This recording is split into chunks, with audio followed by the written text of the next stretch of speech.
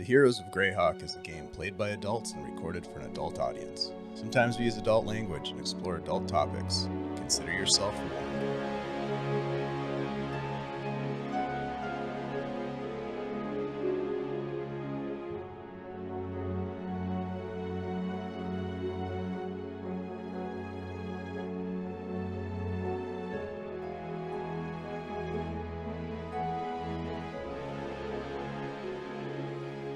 Hey everybody, welcome to the Spear Adventures Guild. My name is Dave, your humble dungeon master and host for Heroes of Greyhawk, our Tuesday long-running campaign where we get together and we play make-believe in, the hobby's most wondrous game setting, Greyhawk, which we're big fans of and we love it.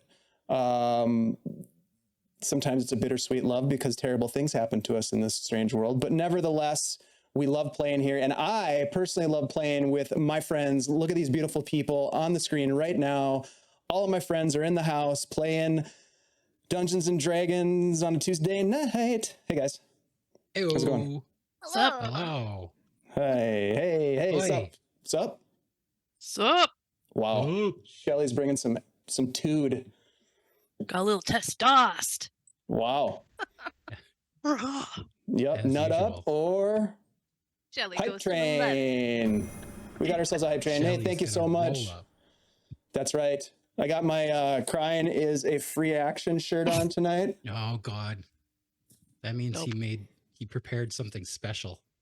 I always have something special for you guys because you bring special things to me every week, and I want to go around the table here and make sure that everybody in the entire internet, because they're all watching, knows who you are, where we can find you, and who you're playing tonight in this game. Let's start with Ashley tonight. Hi, Ash. Welcome back. Hello. Hey, everybody. I'm Ashley. You may know me as Minnesota Muse. You can find me at Minnesota Muse on Blue Sky, Minnesota Muse on our Discord, and Minnesota Muse 99 on the threads. So come and friend me. And I am playing for you tonight Xanthi, the golden-skinned changeling sorcerer, possibly star child. I don't know. We'll find out. Star Child. That sounds interesting.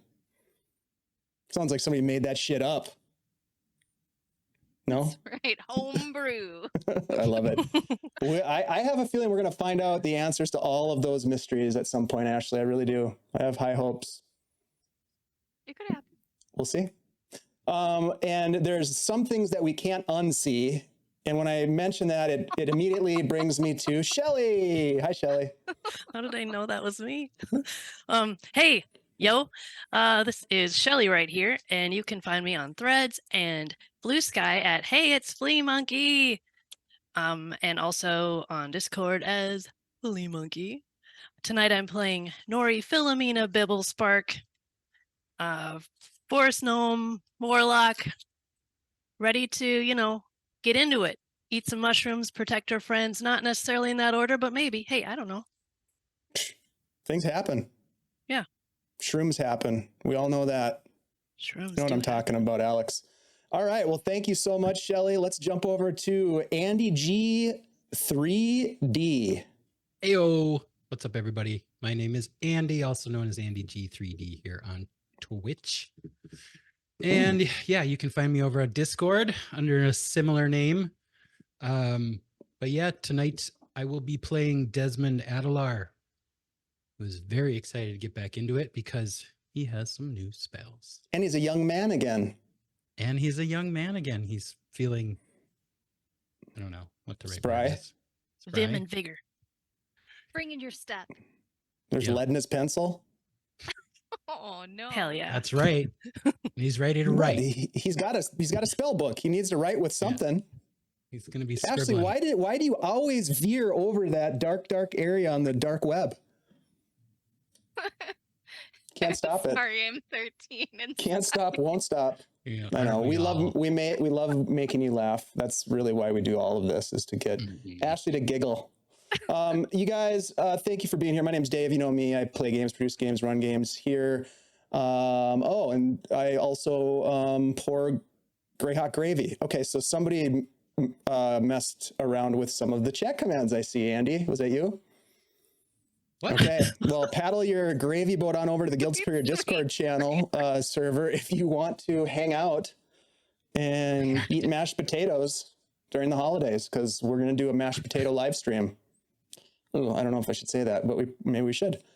You guys, No, we're one other committed. thing that we should always do and always remember to do is mention the fact that there are people out there crazy enough to sponsor this goddamn stream. And I'm not talking about anybody other than CZ RPG. These guys over at CZ RPG Publishing have been with us from the very beginning. Go check out their Patreon. Give them some love. Hello, Scottish Jeff.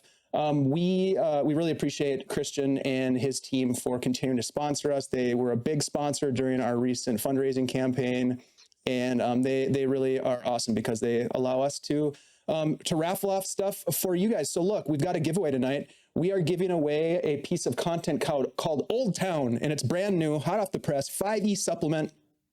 This thing is one of those ready-to-use locations you can drop into a campaign as a one-shot spot. Groups of 10th to 11th level, so you can bring this into a high-level campaign if you're looking for some new, fresh ideas. 19-page PDF, a full location with lore, 3 detailed encounters that can become an adventure, 2 new stat blocks, custom artwork, battle maps. There's over 30 battle maps. What the hell? And there's a regional map, and these maps are really sweet. I'll try to dig one up for next week so I can show you the maps. They are really, really cool looking. So if you want to get in on that, !drawing, Andy will show you how it's done. The giveaway is live, so hop on in there. We'll draw one lucky winner for this digital content at the end of tonight's session. Okay? Could So be there you. you go. Yeah, exactly. It could be any of y'all, but we all know it's probably going to be Cardman. Anyways, thanks to CZ RPG for sponsoring this stream. We really do appreciate it, Christian. You guys are awesome. I will also say that we play music during the game, and guess what? That music comes from creators, and those creators are Tabletop Audio. They're awesome. We support their Patreons so that we can use their content. They're really great people to work with, and they make awesome music that you can drop into your game. So please go check them out. We oftentimes also use what's the word I'm looking for? Oh yeah, it's a really small word that I should always remember. Maps. We use maps, guys. And one of the maps that really inspires me when I'm looking for ideas is Anna B. Meyer's map of Greyhawk. So if you want to go check out Anna's stuff or support Anna, I've drop some links in the chat for you guys. We also, I'm going to because I'm just going through it now. We got a logo above Ashley's head there. See that? That's a Heroes of Greyhawk logo. That was put together by our friends Aaron and Adam at Trixie Wizard. They are awesome. And you'll see later in the session some character art that was custom commissioned character art, say that fast 20 times, by our friend Jose Ortiz, who is a fantastic artiste and just an all-around awesome person. So you can go check out their ArtStation account and learn more about that. It's a lot of words. All right, let's move on to more words. You guys, we're going to dive into what I like to call a recap. Should we? You ready for this? Yes. Let's do it. Ashley, hesitation? Don't hesitate. Oh, why not? All right. Here we go. So, my friends, in our last session, the party traveled to the Whisperwood, seeking an audience with Willow Whisperwind, a powerful druid who the party hoped would help lift the debilitating curse that plagued their companion Desmond. Upon stepping into the grove, the party discovered a whimsical soiree with Willow playing host to 3 peculiar guests: an austere elven druid named Garrick, a majestic centaur named Nasari, and an intoxicated pixie named Oleander. You joined the party and you engaged with the party with stories of your recent adventures, specifically your quest to thwart the evil machinations of the Dark Druids. Commentary was provided by Willow and her druid colleague Garrick, who attempted to provide a little bit of context for the dastardly deeds of Ignis, the Flame Ward, who you had defeated. You know, he seemed to be at the center of this plot to return some semblance of what had been referred to as balance to Earth by unleashing destructive powers, as if to cleanse the wickedness of man. Now, Garrick shared the Flan creation story as a means of expressing the importance of balance, life and death, good and evil, resilience, decay. He lamented the motivations of men, their lust for power, penchant for destruction, perhaps a foreshadowing of the fate that their kingdoms would suffer if balance was not found. And though sympathetic to this oath of balance, this wise druid Garrick condemned Ignis and the Dark Druid's tactics, and before taking his leave, had a private conversation with Xanthi about peoples and worlds beyond our own. With her curiosity piqued, Garrick did bid Xanthi seek out learned sages of Celestian to answer her questions, perhaps in more detail. The next day, the party, including Willow, set off for a remote location beyond the grove, where they might weave the healing magics that could potentially pull Desmond's terrible curse from his mortal coil. The ceremony itself took everything that the druid had, including heroic contributions from Desmond's companions. They must really like this guy, I'm thinking. Heroic contributions from Desmond's companions to pull the ghostly curse from his body with memories of his life and the hardships of those that he'd once loved in his mind during the experience. Desmond woke from the ceremony as a changed man. The years, some 20 of them, wiped away by the power of magic, friendship, and hope. But something peculiar happened in the process, almost as if a side effect of the ceremony, a fateful item, a ring that had all but disappeared from Desmond's body, save an almost imperceptible shadow around his finger, fell from his hand and landed on the forest floor. The ring, significant to Desmond, the source of his telekinetic power, now a source of uncertainty. And not to mention an important connection to Desmond's past, his past deeds, past consequences, perhaps future consequences. With the curse lifted, Willow examined the strange seed that the party had recovered from the standing stones of Ignis. Willow recognized it as an Ip seed and performed a ceremonial trance to try and identify, channeling the power of Beori and the moon to identify this strange seed. Coming out of the trance, Willow warned the party that the seed's dark powers, its taint, that she would take the seed to the druids of the gnarly forest for a determination of what might be done with it, suggesting to you that it was too powerful and too dangerous for even you to hold on to.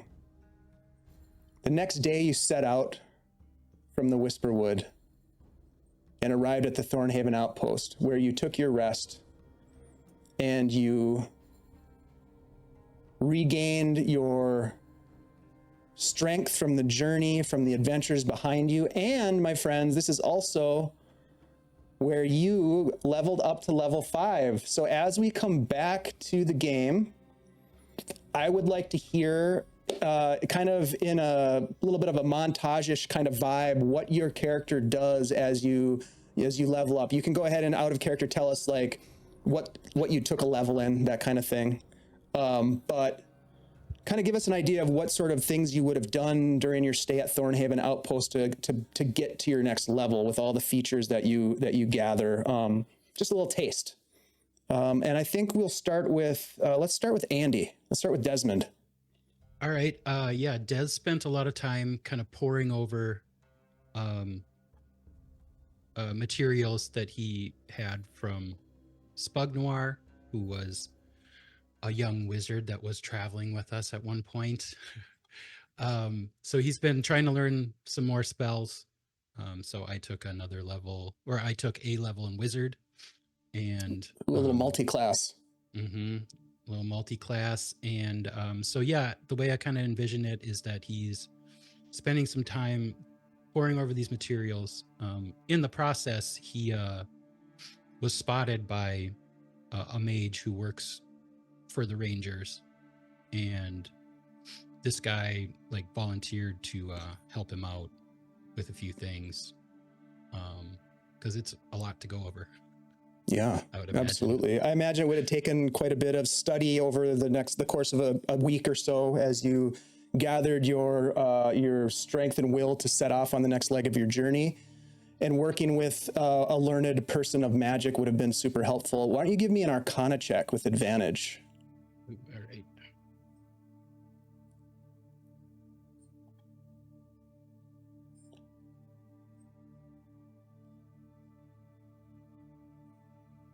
26.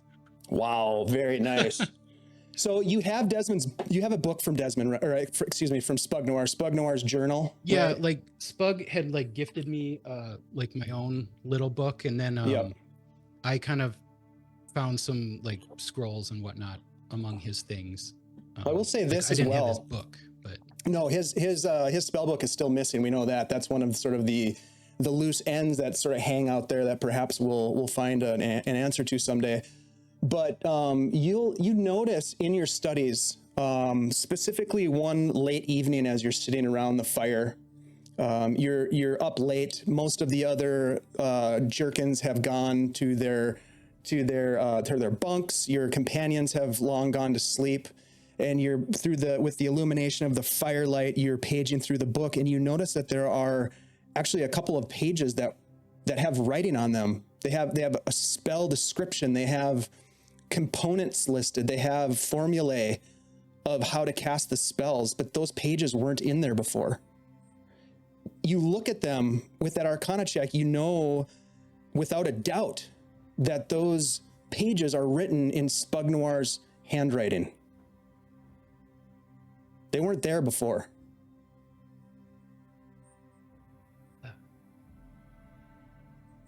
And they make sense to you. What are those spells that you see?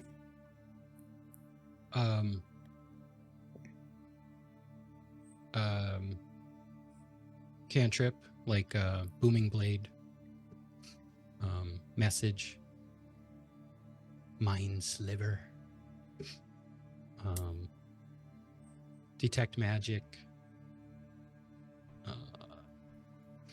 comprehend languages. I think I had to prepare the other ones. I think it was catapult and featherfall. Okay, so there's a variety of new. Some of them probably have been in there, but there's new Some ones of them in I there. got from other places, and then Yep. So you see these pages, and you know that something weird is going on with this book because these pages were not there before, but they are now. And you continue your studies, and you gain the benefit of that dip into wizard. Is there anything else that goes along with that, or? Maybe just some like solitary practice, like when he's kind of training and stuff like that. But especially with the attack cantrips and stuff like that. Sure. All right. Great. All right. Well, we will move over to Nori next. Nori, tell us a little bit about what what'd you take a level in, and then what goes on in this week or so that you have. Sure. Nori has got some kind of confusion in her mind as she was thinking about as we were coming home to this location last week, and she decides to go out into nature and just meditate on what it is she should do. I don't know, she goes back and she leans on a tree and she feels the bark digging into her back, and she's like, this is kind of what soothes her. It doesn't soothe other people. Goes into a sleep. She dreams about Xanthi like waving her hands around because she can't see, and then getting just cut in half. And then she sees Des, exact same thing happens. Cut in half, dead on the ground. She's heartbroken. She really wanted to go the path of the druid after that time they just had. Those are her people. That's what she wants to do, but she wakes up and realizes that she needs to become a better fighter. So she takes a level in Warlock and begins to train in such a way that she might be able to do a couple more attacks than she used to be able to do.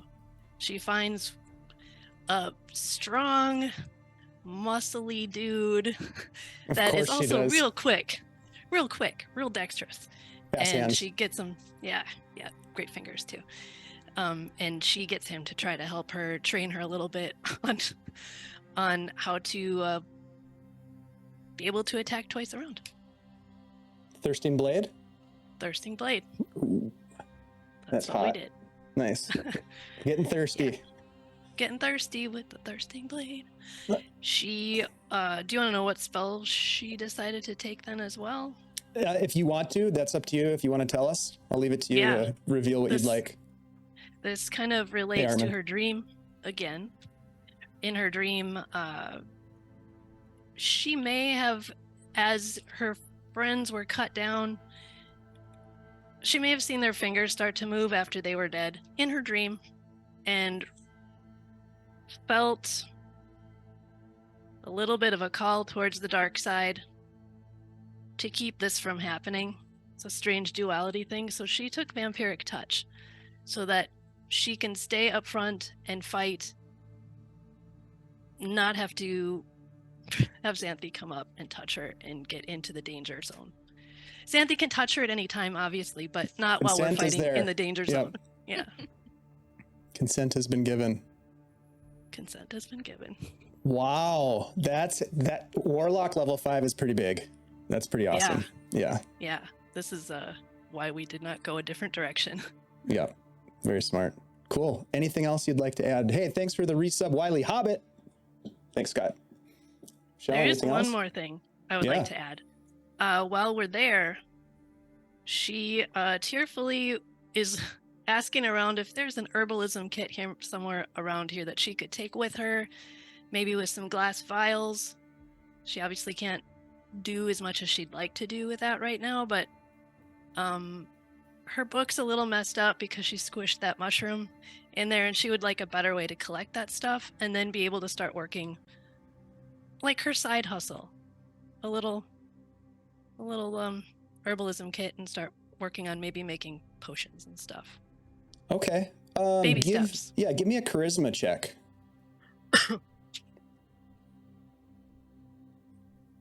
Natural 20. Oh, very nice. You know it. Let's get all of those out of the way immediately. Wow. Nicely done. I would say that there are some supplies that you could start to cobble together a kit. If you were willing to trade something from your inventory of value, you would be able to walk out of Thornhaven with an actual kit. But I would say that you have, just with your charisma and you're talking to people, you have the ability to get really close to that point. So it'd be up to you if you want to do that. I would pull out my magical rat tail that I got in Nulb Oof, and well, do the little dangle. This is very special. yeah, sell it to me. I'll- I'm not so I'll- sure. That looks like just someone's old hair. What does it do? Well, I'll tell you. If you put it in your pocket, you can call little animals to your service, and they'll dance around and not give you any diseases. And also, it works really well as like a dry brushing technique. You know, like you can wipe it on your stuff. Okay, yes. If you would like to do that, you can do it that way. Or if you want to brush it on your skin and like increase your circulation, it's a multi-use tool. You know what? I'll This take it magical because I haven't tail. told anybody this because I think the guys would think I'm a bit of a nerd. But I craft these little tiny soldiers and heroes and adventurers, and I like to paint them up. And so the dry brushing that would come in very handy. But don't tell anybody. It's very The nerdy. bristles are very stiff. I see them working really well for this endeavor. Stiff bristles. That's important. Oh, deal. So he trades with you, and you walk away with an herbalism kit. Nicely done. All right. Anything else from Nori? Otherwise, we'll move over to Xanthi. All right, Xanthi, tell us what's going on. Well, Xanthi feels really good about the fact that they finally have lifted all of Dessa's curses.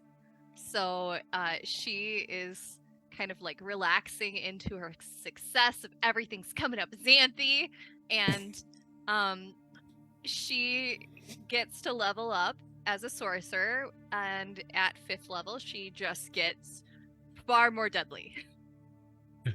So like all of her damage gets another die, and she decides to give up detect magic, which she was not like she could only do once a day, or no, she wasn't very good at anyway. It cost money. She couldn't do it as a ritual spell. So instead, she's taken 2 new spells, which is she's taken Spirit Guardians and Revivify. Bringing you back from the dead. Nice. From a narrative perspective, are there things that Xanthi tries to accomplish in terms of that leveling up or otherwise that she would do before setting out on the next leg of your journey? She does want to pick up some materials to make gloves or buy gloves if they're available. I figure they're probably not available at this outpost, but leather or some kind of a thick, fabric. Yeah, give me a charisma check. Let's see if there's some ways to make this happen. Okay.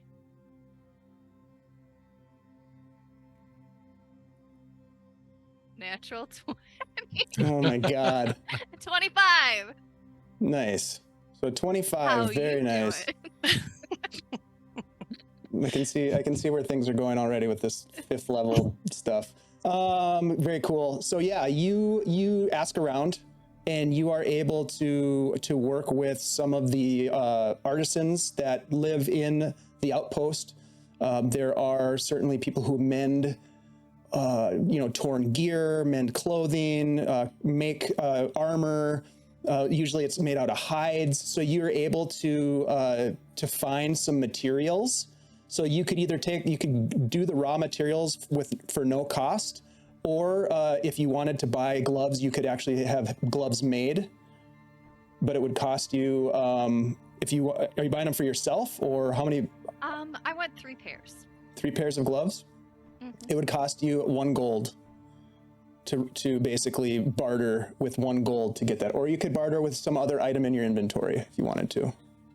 I will pay the 1 gold. They are happy to procure them for to craft them really for you because, as I had mentioned in our last session, you guys have become allies of these people. They see you as people who can get things done. You have a relationship with Isaac, the leader of the Green Jerkin Rangers at this outpost, and that elevates your status amongst the rank and file Jerkins.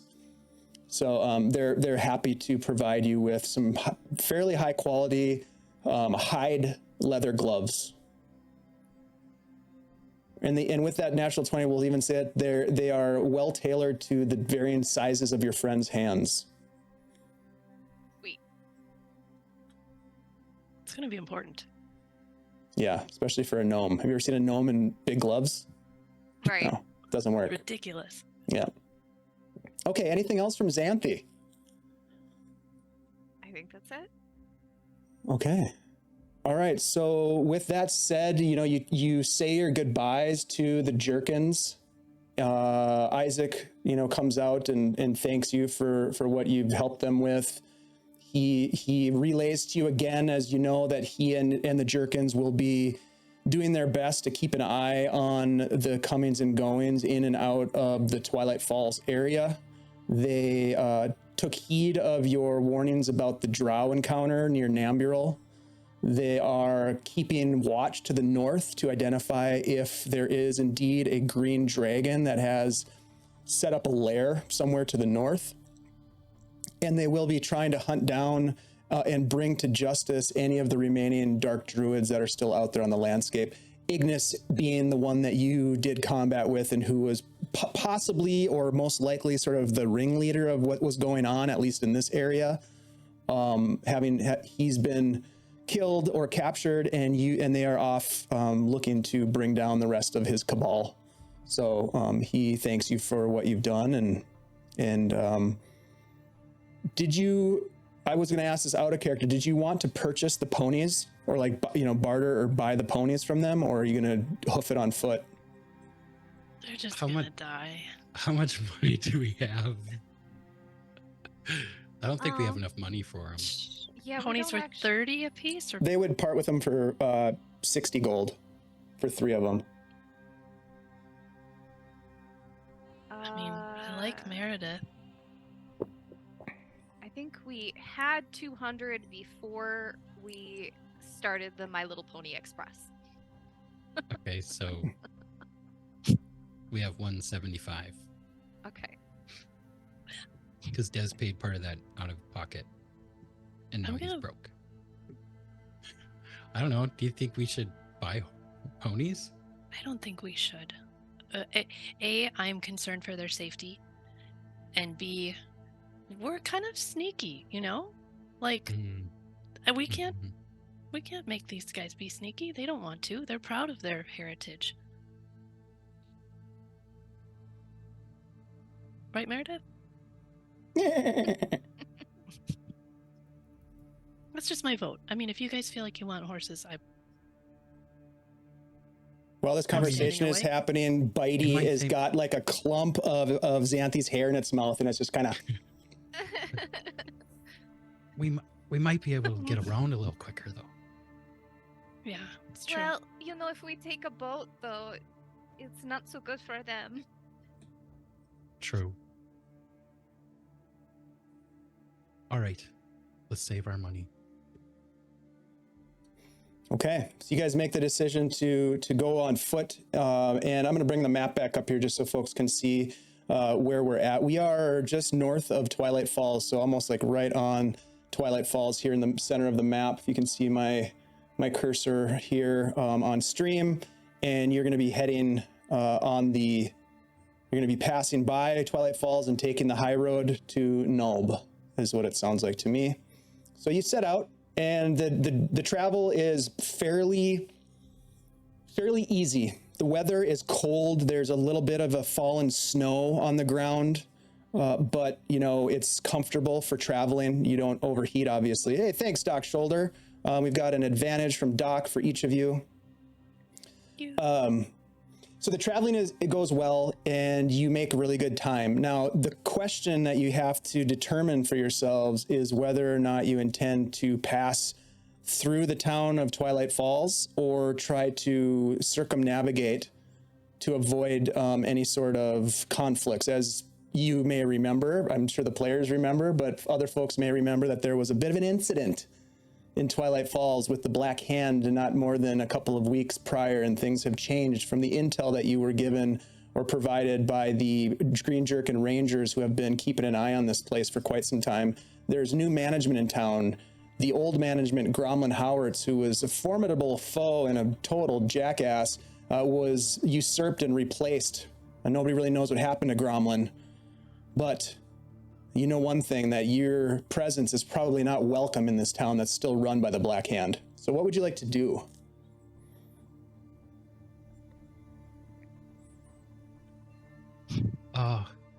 Well, we probably don't want to get too close. Yeah, we'll totally get shanked if we go back to that town. Complete shanking. I Sandy's mean, right. I'm not scared or anything.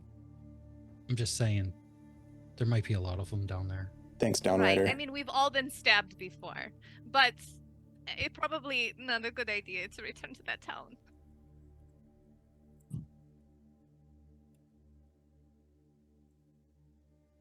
We do need to get in and talk to you. You want to go in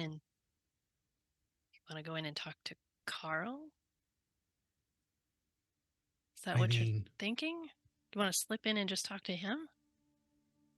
that might be good. I mean, or We don't might be think we should able go- to find wherever they're like chopping down trees now. Like the Jerkin should know that, right? And just meet in maybe- that area of the forest. Maybe we can check a couple of their spots and rather than go right into town. do you want to try your Birdie McBird face? What is that? I mean, Lucky. We said it once. It's just stuck. That's right. I forgot you called him that. Yeah. He's around here somewhere. I lose track of him sometimes. That seems like a good idea, right? Instead of I risking don't ourselves. forget I have him. I just lose track of him. And you don't got to feed him start either, do He's an you? independent Caring for that spirit. pet. And if Hmm? he's injured, you don't do anything for him. Doesn't just get goes- injured. I mean, didn't you say he just goes off and heals himself or something. Yeah. I mean, he's got a place that he goes sometimes. Yeah, he's pretty self-sufficient, honestly. I mean, Mhm. we're just making fun. He's very. I can call him. Okay, he's on his way. I'm still kind of getting used to it.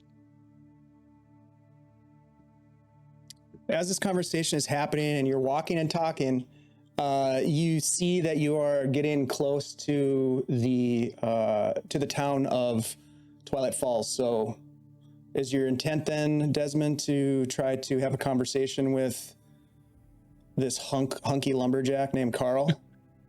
Yeah. Yes. Okay. So I think, yeah, he like, you know, like I don't know if they'd be in that spot where they got in trouble from where he got shot a bunch of times by the Rangers. But, you know, I think by now we would probably know where they're kind of like their working areas are. Here's what I'll tell you is that you can go back to that spot where you had last seen them and check, but you will not find them there. The login has ceased in that location. If you were willing to spend days staking out areas and trying to figure it out, you could do that. But if you're looking to travel and make some time and get out of here, it's probably going to take sneaking into the logging camp at some level to try to get his attention and have a conversation with him. You know where the logging camp is. It's on the north shore of Shimmer Lake. Mm-hmm. Yeah. I mean, We could come in from the east. That's how we escaped that other time. I got no problem with that. Are you guys comfortable with that? Or whatever you want to do, Des. Do you want us to come with you, or do you want us to hide out there in the bushes? I I'll do don't either. know I don't know if it'd be a good idea to split up necessarily. But maybe I could venture ahead occasionally. I mean, we can like hold back like 100 feet or something, but you know, like we shouldn't just let him go by himself. Let's quick go over our bird calls to each other. One call, if we get split up, you know, if we're out of sight of each other, one call is all good, proceed. 2 calls is I'm getting shanked, come running, help me. You Does know, that- not does all that of cover us everything? are good at bird calls. A reasonable facsimile is all that we need to hear. I can just call one of you now. I can do that now. Oh, that's right. Oh, You have that magic-y thing. As long that's as handy. we're not too far away from each other.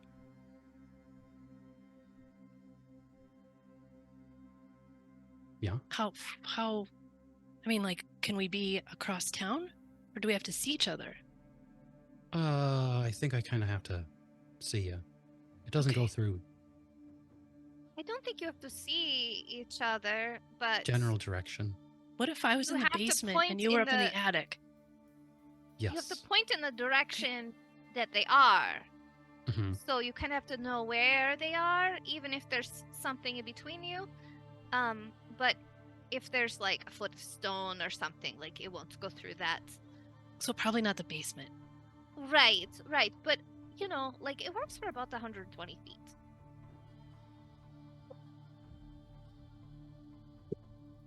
Okay, well, here's the plan then. We'll have 2 people that can send messages in teams A and B, Mhm. right? Because Xanthi can send messages too. I'll just do the bird calls if I see something. How will we know that they're pre-discussed. different from real birds because you're so good? That's a good question, Xanthi. At the end, I'll just go up just a little bit. I'll just go caw like that, and then you'll know. All right then, let's go. It's foolproof. I'm sure this will work out. Okay. Foolproof. I love that. That's we're gonna quote that. Somebody clip that. We'll see how this goes. All right. So you come up with a plan to sneak in. What time of day are you gonna do this? You know, do this in the afternoon, I'm guessing, maybe as the shadows grow a little bit more pronounced on the landscape? Or are you going to go in? All right. So Desmond, give me as you start to sneak into town, the three of you sort of get to a certain point, you look back, everybody nods, you sneak forward. I need you to make a stealth check, please, as you make your way from the forested shorelines of Shimmer Lake into the clearing that is the logging camp. Staying, and I'll let you kind of describe how you do that. All right. 28. Okay. So you know the general layout of this place. You have a feeling for where the little logging camp shacks are, where people stay. You and your team stayed in one for a number of nights, I believe, when you were here before. And so you deftly sneak in. You can tell that people are there's a dinner call as you're waiting to see where people are. And indeed, as you are staking the place out, you see this hulking, beautiful, blonde lumberjack who waltzes out of the woods with an axe over his shoulder, glistening with sweat. And he just kind of like brushes his hair back, this thick blonde hair with his hands. And he comes up to this bucket of water and he grabs the water ladle and he dips it in the water and he takes a drink out of it, and then he dips another ladle and he dumps it over his head. He runs his fingers through his hair a little bit more, and then he just shakes it all off. More of the lumberjacks come in and they join the dinner call, and you can see that they're going into the shack and they're coming out and they're gathering their food on different plates and bowls, and they're kind of going off. Many of them sit together, but others of them will sit off to the side, and Carl is one of those. So he grabs his plate of food and he walks down to the shores of Shimmer Lake and sits on a tree stump, and you can see him eating. He's maybe 30 feet away from you, 40 feet at most. The rest of you are in positions where you can now see Carl coming out. He's got a towel kind of wrapped around on his shoulders, wrapped around his neck as he sits down. And it's cold out, so he's kind of got like, a little bit of goose flesh, he's kind of a little erect in the nipular areas. And he is, am I over describing this as a great scene? No. Okay. Yeah. So he's looking, he's got pileoerection. Can you say that on Twitch? I don't know. Too late now. Yeah, we said it. But he does put a shirt on because it's starting to get cold. So he'll cover him up. All right. Using message, Des is going to just say, "Hey, Carl, it's Desmond. Turn around. I'm behind you." He puts his spoon down on the plate. He just kind of turns around and he's looking.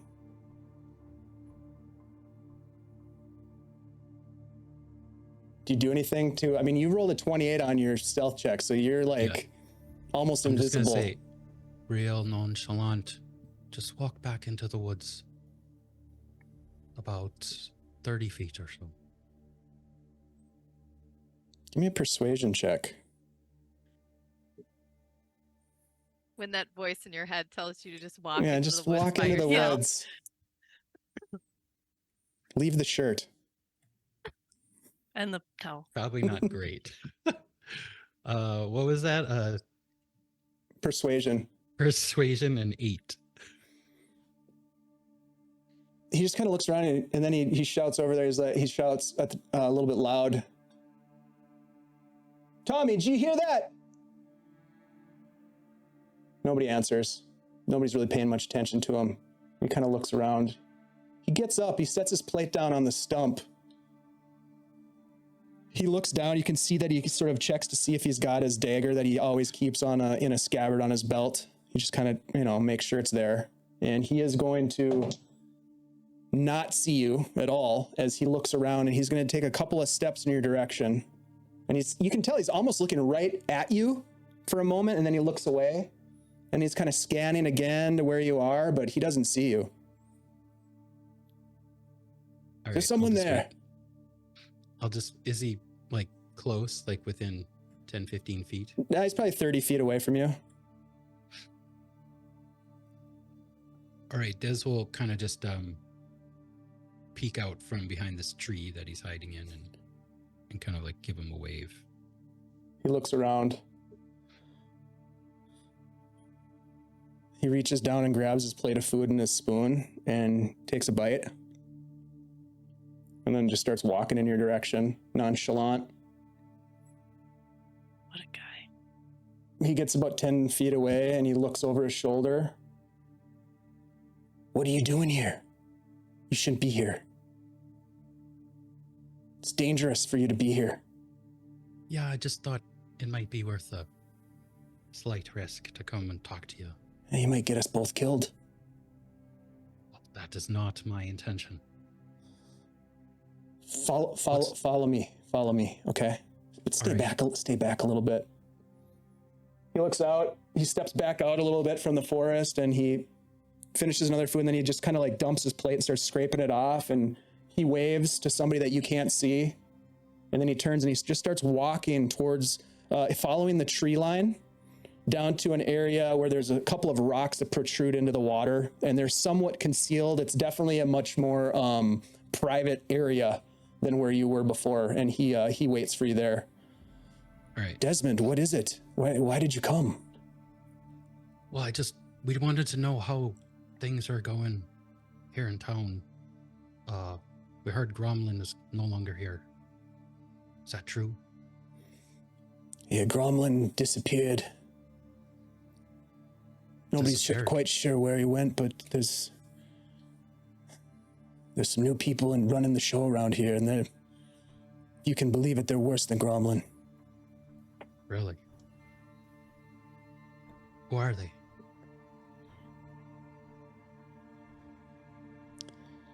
They're Black Hand lieutenants from the east. The one that calls the shots is called Kaya. She's brutal. A couple of the boys that weren't too interested in falling into line, well, they disappeared too. My guess is that they're at the bottom of the lake. But there's been a little bit of an overhaul around here, and since the fires and everything.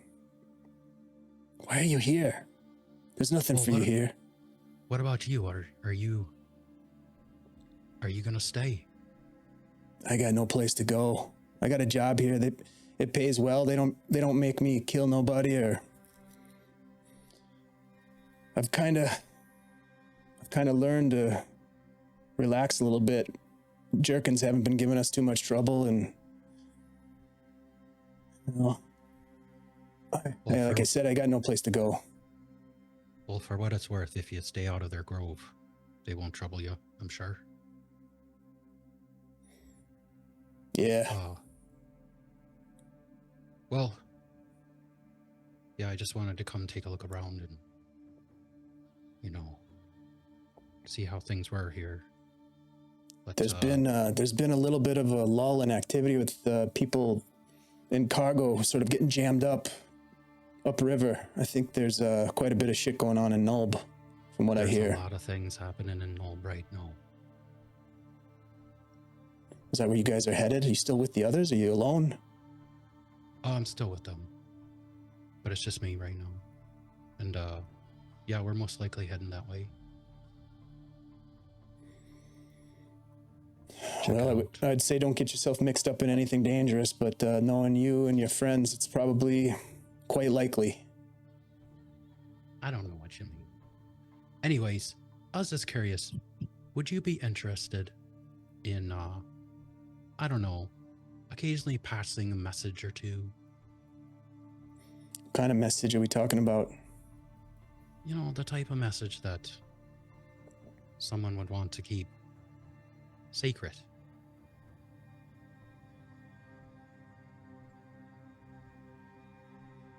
I mean, to make it worth your while. Earn a little money on the site. I'm more interested now. Well, it's pretty much just like,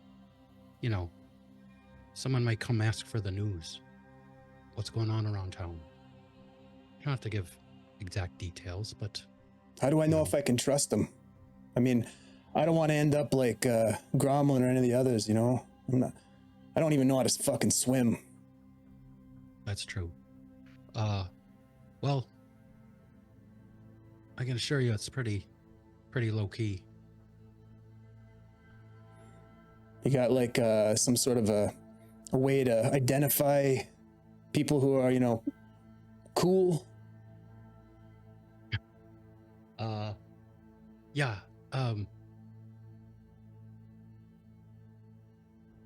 they'll carry a small token. It'll be like a small emblem of a ghost.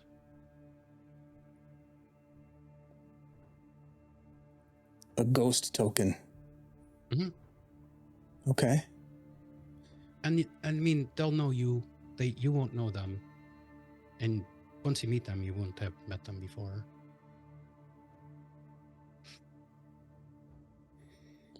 What's the purpose? Like, what's this all about, Desmond? What are you trying to do here? You know, it'd just be nice to keep an eye on what kind of things are happening up here. Yeah, I could see that. And, look, I'm willing to be a source of information, and if I can help, I'll do it. But risking my life again, I don't know. Not asking you to do that. If you don't feel right doing it in the moment, don't do it. Token of a ghost. Mm-hmm. All right. How much does a gig pay? Let's get down to brass tacks. And then... I can give you 5 gold right now. And then you'll get paid when a messenger shows up each time.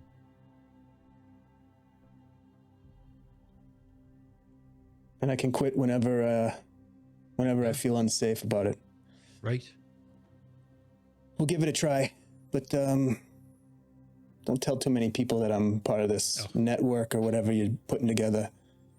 Don't worry about it. I'll keep an eye on things. What if something big happens, I need to get word to you? What do I do then?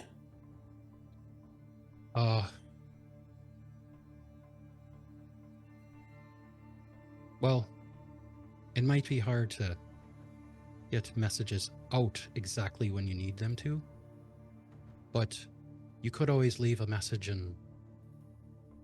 up there in the grove. Not to bring back any bad memories or anything, but you remember where you got shot a bunch of times. Yeah. I'm not going to forget that.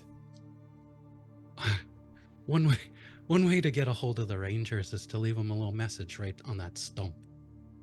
I know the stump. I was up there last couple days ago. Actually, right. If you go there, they'll see you. So they won't miss your message. Are the Jerkins part of this? They're not directly connected. And Jerkins. No. Okay. All right. Well, I'll keep an eye on things. And you think you'll be back in town anytime in the near future? Not real soon. No plans right now. All right. Well, you better get lost. I got to get back before they start wondering where I am. I'm supposed to deal cards tonight, and it starts pretty quick. All right, thanks. And Des will toss him the 5 gold. Hey, be safe. Say hi to the others for me, Nori and Xanthi and Lachlan. I will. Lachlan and us parted ways, though. Went back to the sea, I guess. They always do. And he just winks at you and he turns and walks away.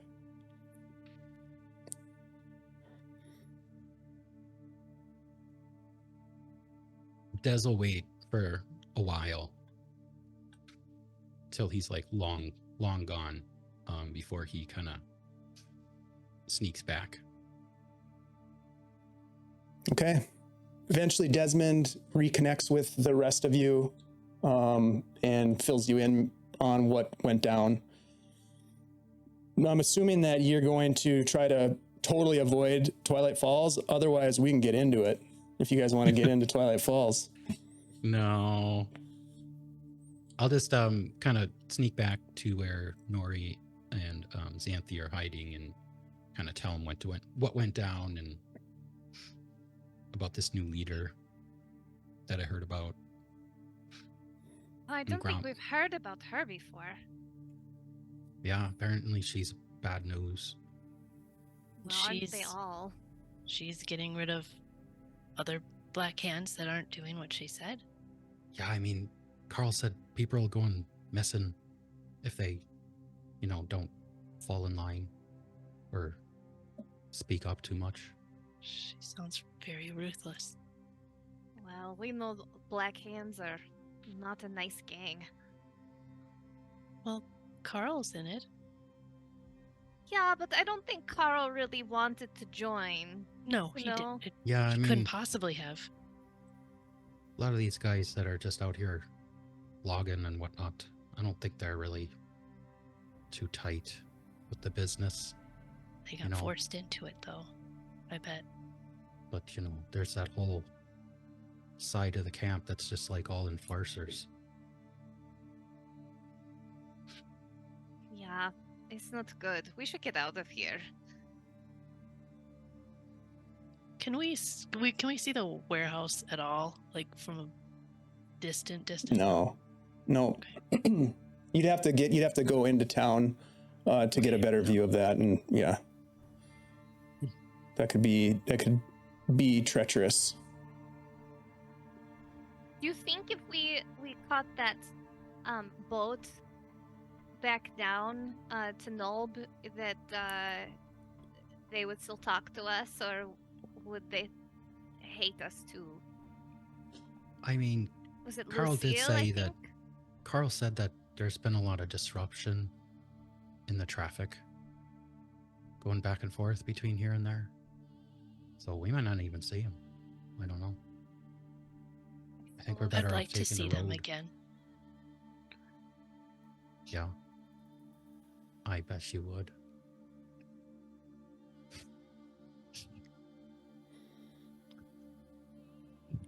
We should lay low. All right. I mean, we could take the side road. We didn't take it going up. We could take it going down. Yeah. I think we just carefully, stay around the edges, especially around town, and then once we're clear of Twilight Falls, we can take the road. But yeah, we should be careful. Okay, so you guys decide to bypass Twilight Falls as best as you can. We'll say that with enough caution, you don't need to make any rolls for that. You're able to skirt the edges, giving wide berth to potentially getting detected. And you eventually find yourselves on the opposite side of Twilight Falls. There is an open road ahead of you, and the weather is relatively mild for a now close to winter evening. You'll have just a couple of hours of light as you travel the rest of this day. And what we're going to do is we're going to do a little bit of a fast travel montage to sort of speed things up a little bit for the sake of brevity. And so I guess what I would ask is if there are any things that you would want to do. It's going to be about a 5-day-ish journey to get back to Nulb. And so if there are things that you would want to do or have conversations about during that time, you are welcome to do that. So let's just talk about that, I guess. Shelly, or Nori, is there anything that you would want to do during that journey relative to your character? I think Nori is just aware of all of the people that we were with, like even just maybe a week ago. That's probably not right. Before we lost Spug. Hmm. So she's Couple got weeks. Spug on her mind. She's got Lachlan on her mind. A brief mention of the dwarven wonder that is Earl. She's got Earl on her mind. Just all these people that she's just only kind of recently come in contact with in the last month, and they are not here now. She's thinking about them. Okay. Some reflection. Reflection. She may have Yeah. even said goodbye to Spug as we left the outskirts. Remember when I was talking about those times when you're doing music and it doesn't Yeah, it fit the just scene? changed. Yeah, it just Yeah. got like super jolly. I'm gonna take that down a notch.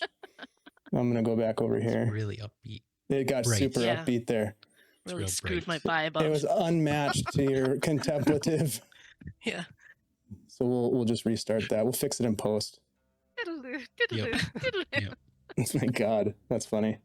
Good thing we're not live. Yeah. Yeah. How about wait? Are we on the internet? How about Desmond? Desmond, is there anything that you would want to accomplish during this couple of days journey as we're heading Yeah. west? Des is kind of just going over his book. Kind of going over things, and you know, he was thinking when he was in town talking to Carl, he was trying to get a good look at how it looked, you know, like Twilight Falls, but he couldn't really see much. And that got him thinking about how Spug is still there.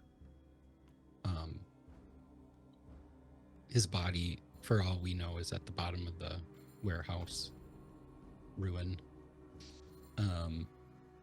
So he's been thinking about Spug. And yeah, one night when he's sitting around the fire, he's gonna just say, you know, it's really strange. I came back, I was out in the woods training, and when I came back, there were a few new spells in my book, and I didn't put them in there. Are you sure you just didn't miss them? Well, that's not actually the weirdest part. I think it's Bug's handwriting In your book. in my book. Yeah, and it wasn't there before. Do you think Do you think he could have like enchanted it or something? Did he never take it aside and just maybe he was comparing books? Maybe he was missing his own book once it got taken? Just scribbled a little? I don't know how that works. Can you scribble in somebody else's book? Yeah, I mean, you just need some ink. Or are you saying that maybe it was like invisible wizard ink, and that, you know, now that you have become more knowledgeable, it just magically appeared to you? I mean, maybe. I don't know enough about all of that to. What if No, it had that's something to do possible. with, like, if your curse being lifted? Maybe that Like I couldn't see it revealed before. new things to you. Yeah, I mean, that weird ring that fell off, and you know, Oh, do you Maybe want me to identify that ring? Yeah, maybe. Okay, I can do that. I think we definitely need to just take a look at it.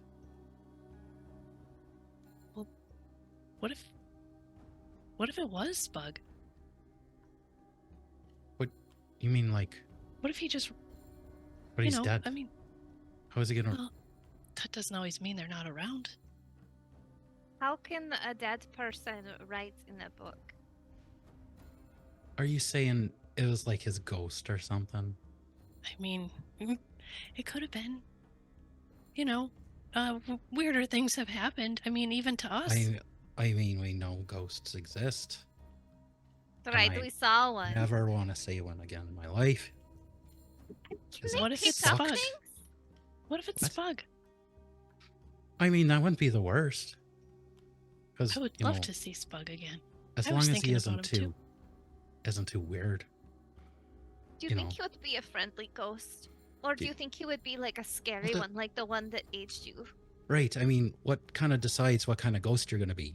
Is it like how you were in life, or like how you died? Like, Combination of all of that, I would or assume. if you're nice, do you just come back like a total dick? Do you think that farmer was really nice, or do you think he was a total dick before he died? I think he was a total dick because his I have a kids went feeling he away. was.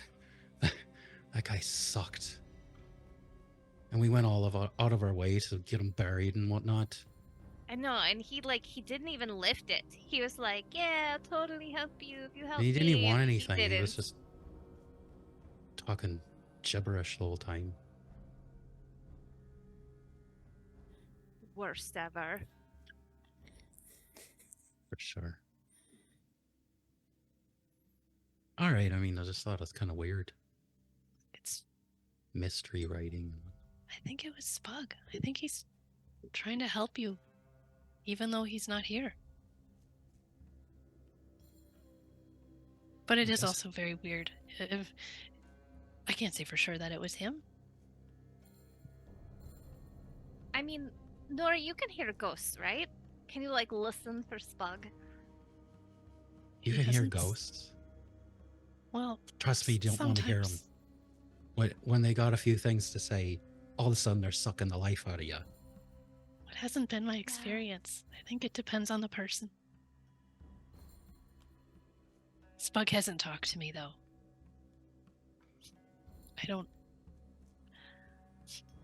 I wish he would. Like to know he's okay. I mean, as okay as he can be right now. We might never know. Well, it definitely made me think of him. Are these spells you can cast now? Can you just do them? You just know how to do them? You just learned them and did them? Yeah. I mean, it took some work. And you gotta have the right stuff. I pretty much have all of it. That sounds super cool. That's Well, pretty cool. Just Thanks, wait. Spug! Thanks for the parting gift. She waits. All you that? hear is the Nothing. breeze through the trees and the sounds of the animals scurrying about, and in the distance, the hoot of an owl that sounds eerily familiar.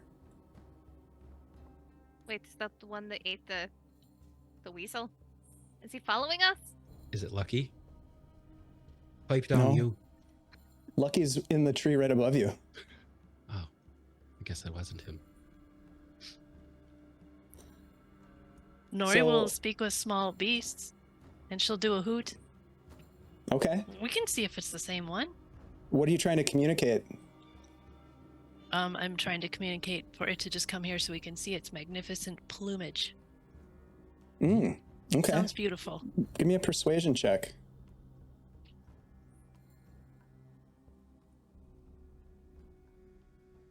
$15. Okay. You hear Nori do their hoot owl hoot, Ooh, ooh. and it's spot on. Oh, that's pretty good. Perfect. I couldn't tell the difference. You wait a few minutes, Nori, expecting maybe a response. You don't hear anything. Rude. Maybe he was eating another weasel. What kind of owl doesn't respond to a call like that? You watch as I don't know. Lucky bounds off of the branch and flies low over all of your heads past the campfire and disappears into the darkness. And you look back up to the spot where Lucky was, and there's a large snowy white owl perched where Lucky was. It just kind of looks, it turns its head and looks at you, and it's very similar to the owl that you saw in the Whisperwood. Maybe he's waiting for you to call more weasels out of the woods. Feed them once and they always follow you hungry. around. Oh, Well, I'll tell you, I do have an idea. If we are able to get more weasel friends, I'm starting to make this little outfit, and I pull out this little thing that I've been working on that's got like some little spikes on the back of it. Sharp grasses that have turns. dried. Is that weasel armor? Yeah.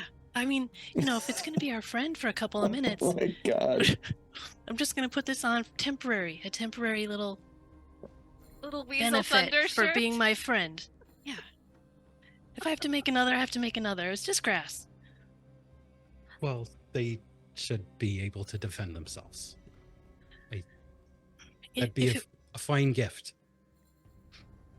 If it was in the wild, I would let it be. But since I called it, I feel really guilty about that last one. It was my fault. Yeah. So, I'm not going to let that happen again. This is a prototype. What do you guys think? It looks very tough. If I were an owl, I would think twice. Yeah. Okay, good. Thanks for the input. I'll put it back in my bag. It's good feedback. Okay, so let's move over to Xanthi here. Xanthi, is there anything that you would want to accomplish during the journey aside from what's already been said or done? Yeah, I mean, I would like to draw some in my journal about the Zagut-Moy, the demon queen of fungi, and like her, like that mass message that we all had. Because I don't think we actually have a drawing of her. We just kind of like explained what we saw. So she's going to try to draw that out. Okay, give me a performance check on that artistry. Come on. Oh yeah, 25. Wow. Yeah, it's it matches up with the vision that you had. And if you were, I don't know if you do, but if you were to show it to your companions, it would match up with the vision that they had as well, because it was sort of like a mass vision, a mass hallucination that you all had kind of simultaneously. And it's very, very well done. Okay. And then I will, draw a little bit about like Lachlan leaving us, and also I think I didn't even mention in there, but I'll do a little footnote back on the Elemental Assassin page about the fact that Spug died, because I don't think I had enough time to even mention it. That makes sense. Okay. Yeah. So you get another check mark in your development of your artisan's tools. And then the last thing I want to try to identify Dev's ring. Okay. The silver one that fell off during the curse removal, to see if I have any information about like what it is, other than it does some psychic stuff. Like if there's any like weird connections to like a previous owner, or like any bad stuff, like any Bad vibes. Yeah, anything that is odd beyond like, yeah, it gives you this cool psychic ability. Sure. Yeah, give me a straight Arcana check.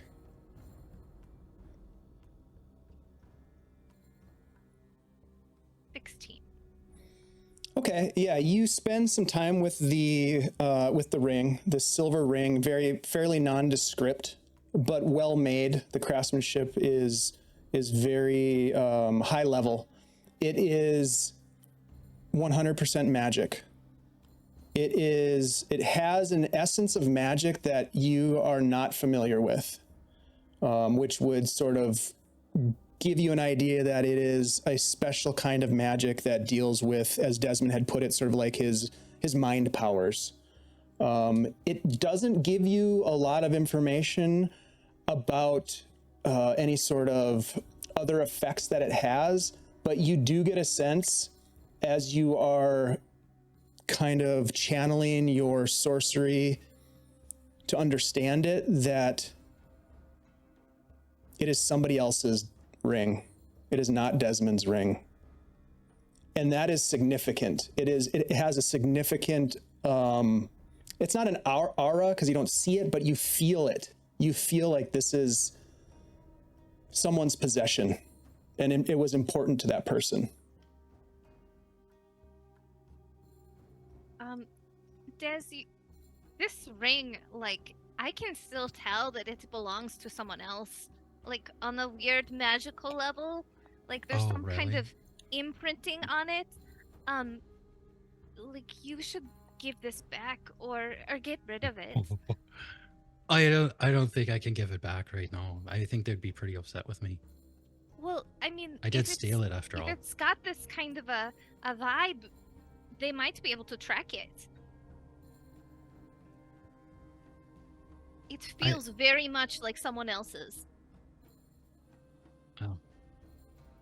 Desmond, I'll also say that during this time, if you had tried at any point to use your telekinesis, Yeah, I think he would have noticed by now. it's during not all that working. Training. It's not working. Yeah, I mean, once I came off, I stopped being able to do a lot of that stuff. I mean, it is cool, and I wanted to see if it would be safe for you to do that Yeah, me again. But this ring is weird. I don't think it's safe to use it, especially since you can't take it off when you want to. Do you want me to put it in the bag, like the special bag that like is magic? too. I think so. Yeah, I think that might be Okay. best. Put it in. Sandy, have you ever detected magic on an item before and learned that it was somebody's? I mean, is that a thing that often comes up? No. I mean, usually like a sword or a, like armor or something, like it's just armor. This feels like it belongs to someone else. Like it was made for someone. I don't know if it was, I mean, like, there's lots of things that we've had that are made for someone. Like, this feels like it belongs to someone. Like maybe they're attuned to it still, even though they don't have it on, or it's like connected to them. Like, there's something. Oh, I didn't feel any of that when I had it on. Well, you know, I can't identify things, so it's a special thing I do. Right. So just to Never knew. clarify, Desmond, you're not putting the ring back on. No. Did you put it in Okay. the bag? Yes. Okay. Yeah. No. Okay, Yeah. He'll put just- it in the bag for Just now. double checking. Okay, so the rest of your You just muted, Dave. Yeah, we lost your audio. What's happening? No. No, it cut just like out. cut out. Hmm. No. Are your headphones all plugged in and everything? Yeah, plug your headphones in Check and your out. connections. Did you turn it on and off again? It kind of made a little It- noise it- before it went out too. Did you hear It it? did make the little fuzz noise. test. There Oh, you go. there you are. Yeah. Gotcha. Okay, maybe something funky with my mic. Thank you for letting me know Yeah. before I rambled on and on and on. All right, so the what I was saying is that the rest of your journey goes fairly unimpeded. Oh, It seems. I got one more. Hold on a sec. It seems like it's very like there's a low traffic volume on this road. There aren't many wagons that come by. Those that do, you jump off the road and maybe duck, behind cover and that kind of thing. But it's really not. It's not what you would expect. This is a major trade route. So the idea that, as Carl had mentioned to you and the Green Jerkins had mentioned to you, that there's something going on in Nulb that's disrupting whatever sort of network was established here has been severed or impeded or paused for the moment. And that is,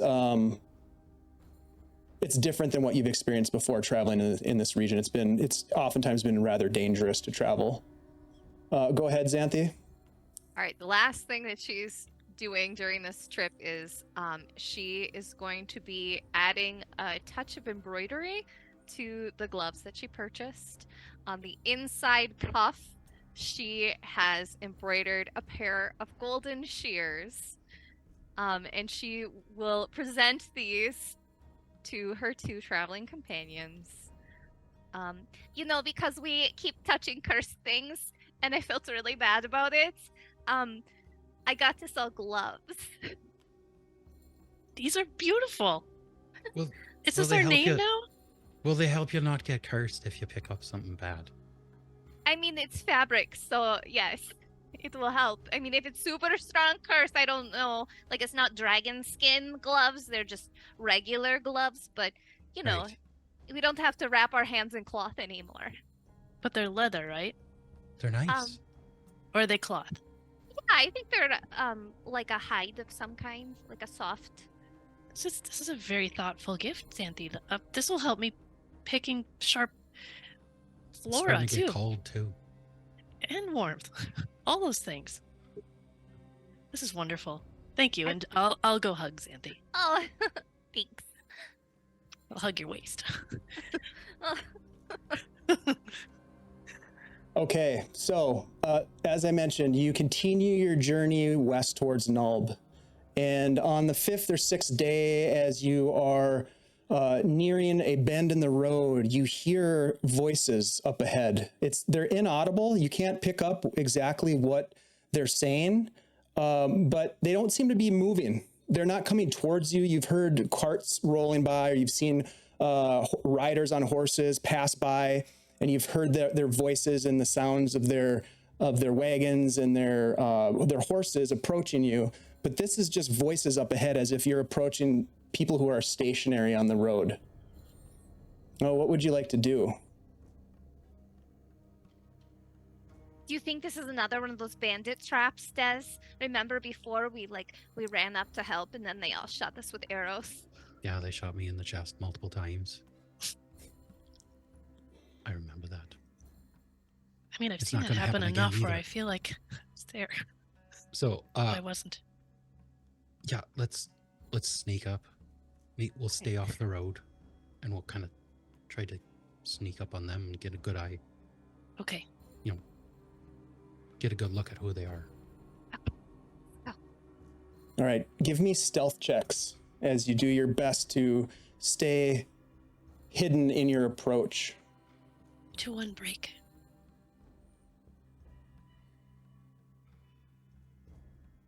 Ten. Okay. 23. 21. Wow. Wow. Oh, nice. Okay. So you feel as though you're being extremely stealthy. You are, except for Xanthi. Xanthi, you're noticeably louder than the others, but you're doing the best you can, given the tools that you have.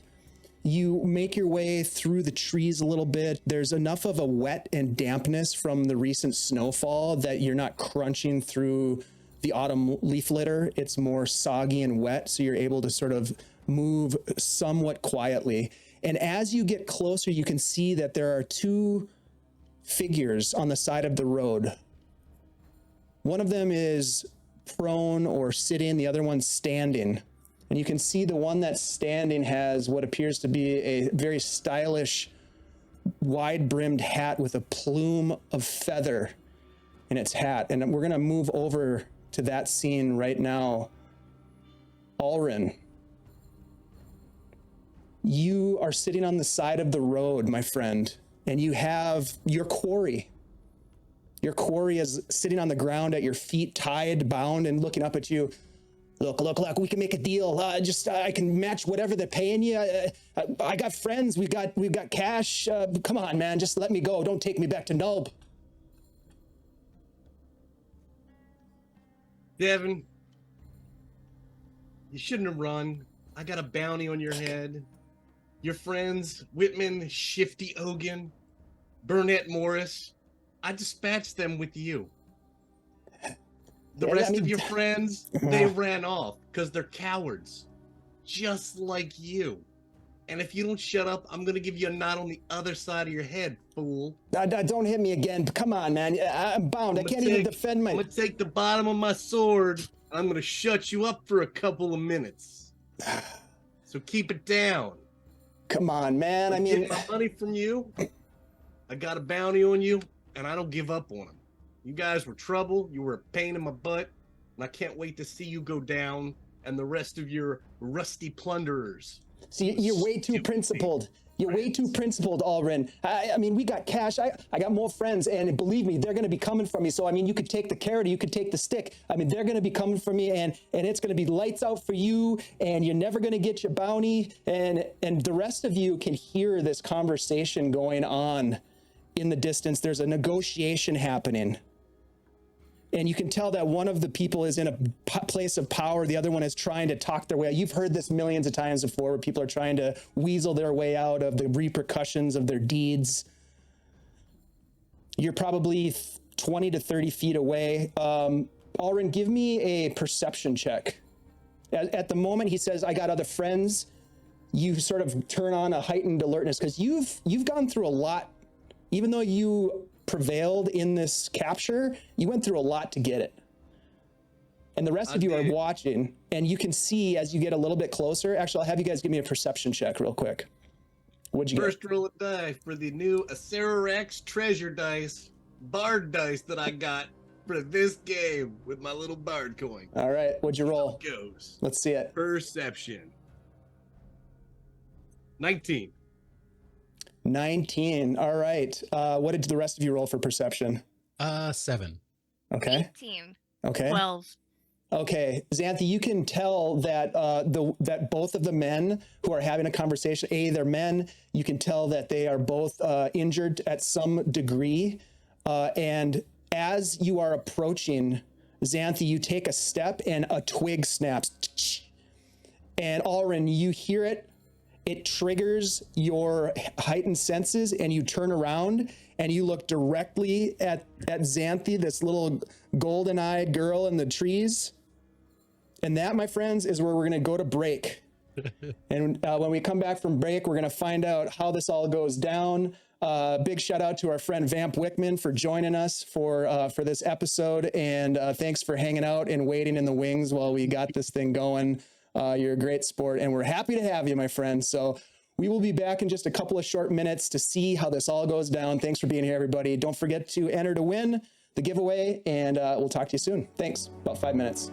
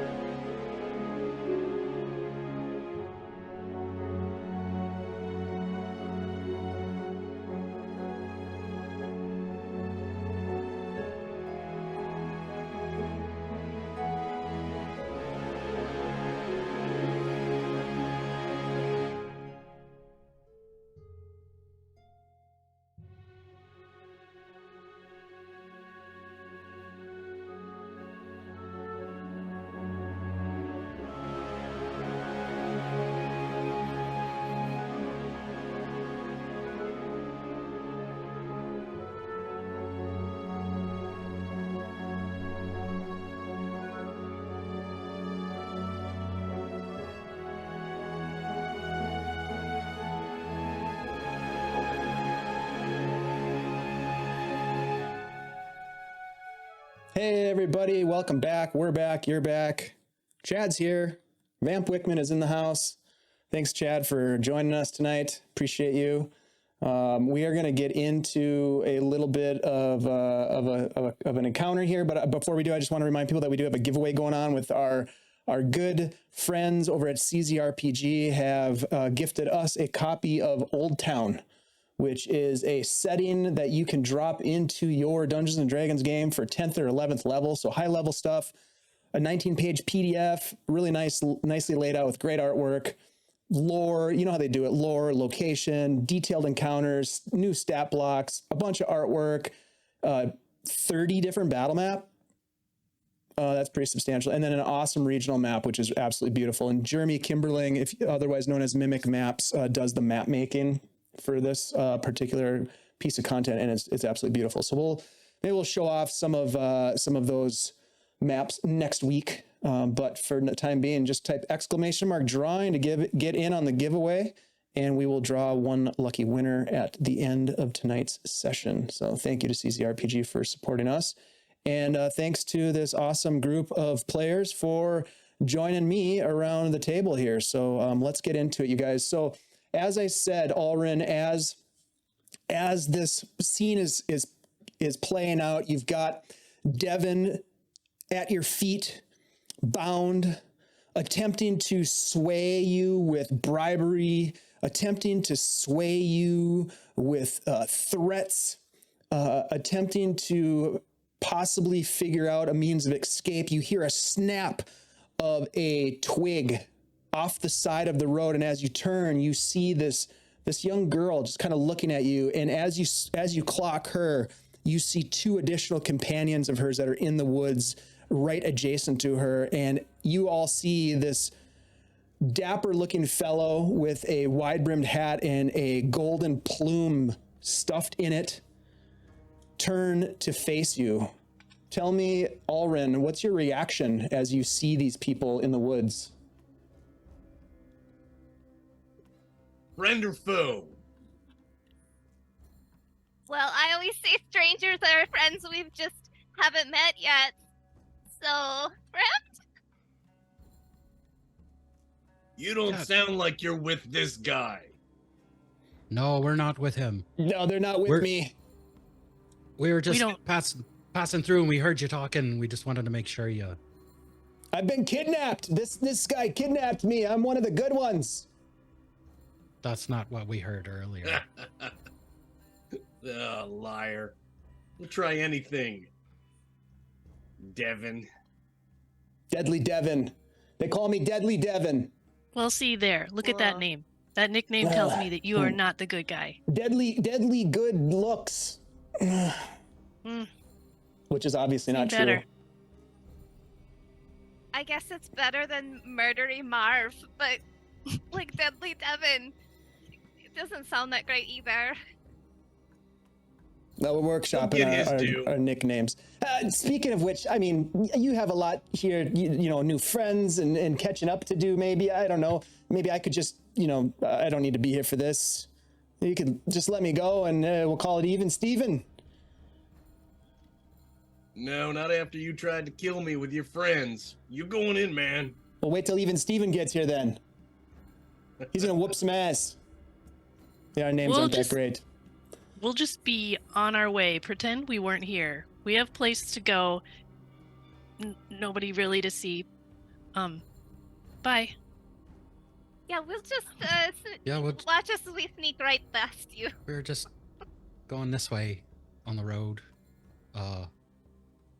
Nori will put herself in front of Xanthi, though. She'll switch sides so she's on the side of the. I told you, baddies. Alrin, you don't make friends very easily. People don't like you.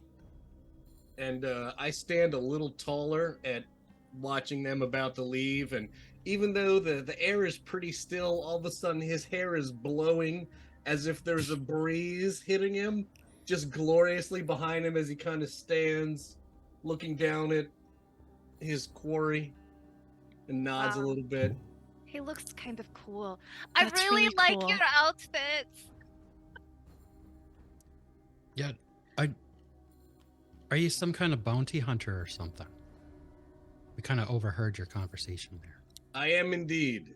I do collect bounties on all sorts of people. Pays the bills. It's What tiring, did this? but pays what- the bills. What did this guy do? Oh, Yeah. he's got a bounty on his head. I actually when people have enough money and enough power and enough sway, I don't really ask the details. I'm not the juror on it. I'm just the retriever. Well, he probably murdered somebody with that nickname. Good luck getting him to jail. Or to whoever it is you take your people to. Yeah. Look, you look like reasonable people. I don't deserve any of this, but I do have friends in very high places that would pay a hefty sum of money if I was to be released. The three of you look pretty capable. This guy here is, he's been beat up a bit. Maybe you'll help me get out of this pickle, and you know, we sweeten the deal for you. You got any credentials there? Yeah, who's your friend? Windy guy? Yeah, Sure. Where's the money? I got a paper with a little bit of a drawing that looks pretty similar to this guy and a number at the bottom, and he'll show it. And you look at it, my friends, and you notice something that is familiar to at least some of you. And this is the symbol of the Burns Badgers. Is that your friend? That's who I I'm don't being think so. paid through. Oh, we've met Burn. Yeah, we know Burn. And the Badgers. Some of the Badgers anyway. We passed through Hamlet not long ago. I don't know any of the Badgers. Well, you know badgers, but probably not people badgers. Yeah, of course. But I'm going to say at this point, you have all sort of come out of the woods and you're on the road. Yeah, we're with back on the road. having this conversation. And Devin just kind of looks up at the four of you and says, "You're going to be real sorry about this. You're going to be real sorry about this." I don't think we are. Yeah, I'm not feeling it, buddy. Yeah, I mean, I maybe don't know that why much. you're upset at us. Like, we didn't do anything. Like, obviously your life choices up till now got you in trouble with, and you're having some kind of an altercation with this gentleman. But, you know, like, we're just spectators. Yeah, well, look, not all of us are as as lucky as some who get like a silver spoon in their mouths. They get food put on their table for them. They got jobs. They got a farm or something. I grew up on the road. I grew up just making ends meet. Me and the boys and we didn't have anything to do with that temple and all that shit that went down outside of Nulb. That had nothing to do with us. I don't even know anything about the Riverboat Pirates or any of that stuff. I think this is just a big misunderstanding. I mean, Deadly Devin, that wasn't, I didn't give him that nickname to myself. Someone else gave that to me. It's not my fault. Wow, That you was a know lot. Lots about stuff that you're not involved in. Shit. It's a lot of crime you're admitting to right there, sir. At Des that point, is going to take a... you hear, before you say that, Desmond, Mhm. I would say probably Nori with the higher passive perception. You hear a bird call from behind you in the woods. Oh, no. You know him. Okay, I'll look up really quick. Doesn't seem like we're in any kind of danger right here. Roll a perception check.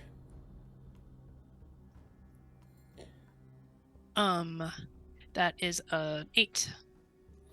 Yeah, you don't see anything, but all of you notice that Devin his demeanor changes and he just has this big smile and he says, "I mean, I gave you a chance to let me go, but you done fucked up, didn't you? The boys are coming.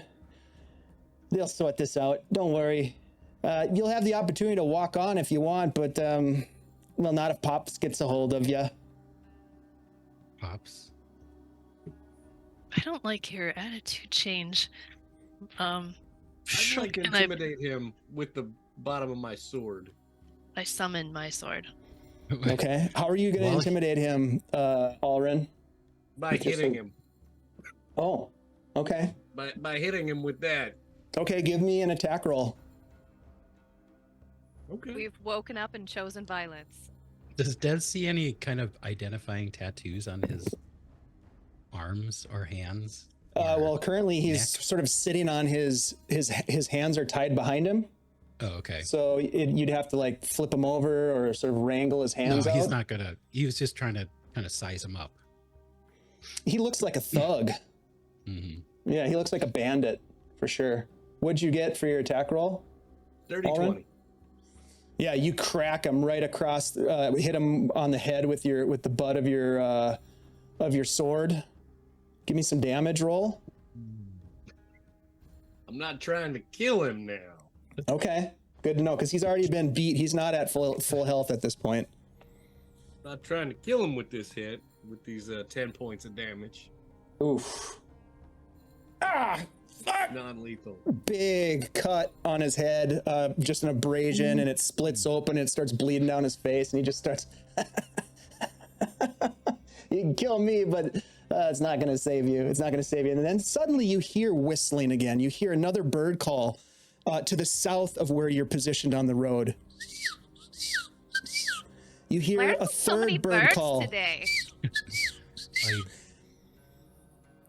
I don't think those are birds anymore. These are not birds. I will direct they're you so now good. to the battle map that in Owlbear here. As you hear these whistles and you hear movement on the road ahead of you, and it's not even a bird whistle. It's just a whistle of a tune. And you can't really place the tune. Well, maybe actually let's roll to see. So I would say Nori and probably Alrin, if you want to roll a history check for me, you might be able to detect the name of this tune. 12. 5. Nope. It is a whistling cacophony. It is just it sounds completely random. And around the bend, as you are all kind of now looking in that direction, you see an individual, let's call him, that comes around the bend, and he is a big individual. And Devin just looks up at you with blood running down his face. He says, "It looks like Pops is here."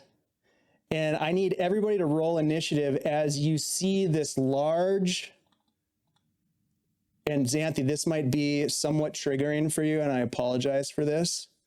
You see a large ogre Oh, walking down the trail with a big toothy grin on its face. And we're gonna get into some combat here, my friends, as the ogre brandishes a large great club and just dragging it in the dirt of the road, whistling. So go ahead and give me some rolls, please. No. And I will call out as I do 25 to 20, please. Oh, hold on.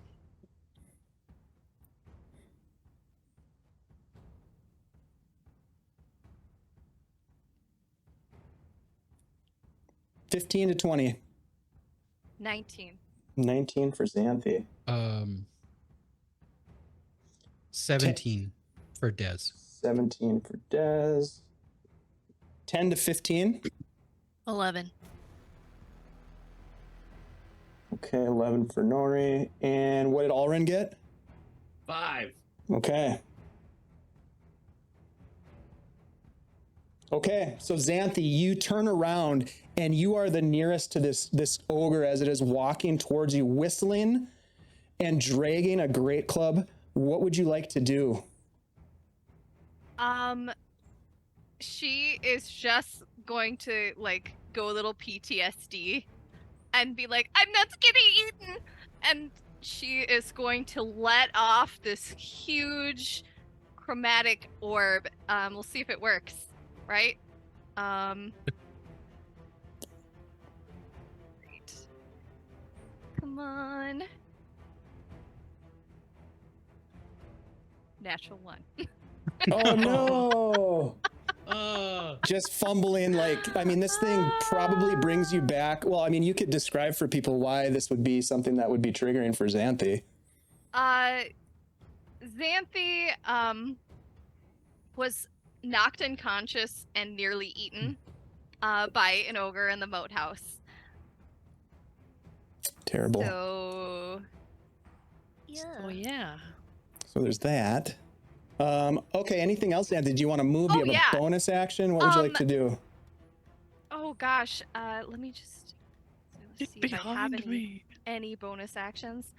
I do not. So she is going to then run around and hide behind Alrin.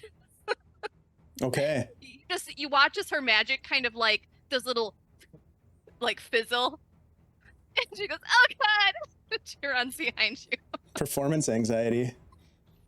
Desmond, you see Xanthi try to conjure something, failing in that attempt as she fumbles and brushes past you, retreating away from this massive beast of a monster that's walking towards you, whistling and dragging a great club.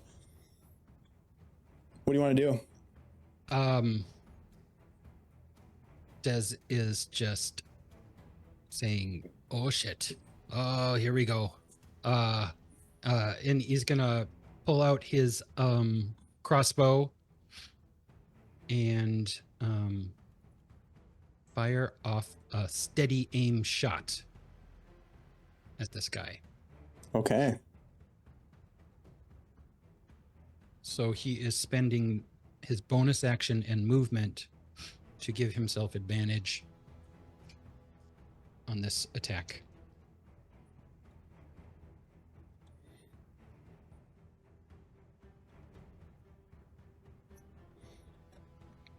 Here comes Pops.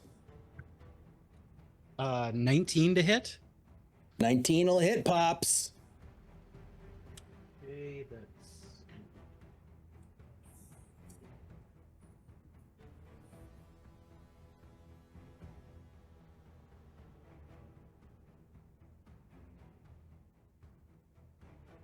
that's 13 piercing. Nice.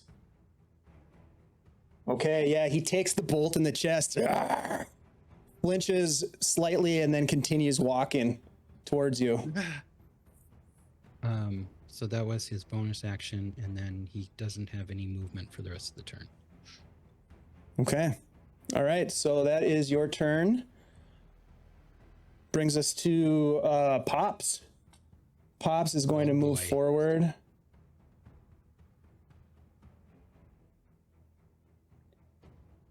He's going to come up right to Nori and look down at you and go, dinner. And he's going to swing the great club up, and he's going to try to take an attack at you. Good old Pops. Dirty 20. That's a hit. Okay. Uh-oh. 14 bludgeoning damage as this great club comes down on your gnomish friend, just crushes Nori, knocking you a little bit off your feet, but you're able to maintain your balance.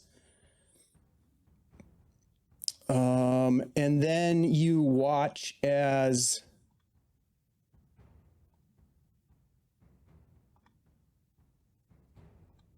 two more individuals pop out of the trees near you.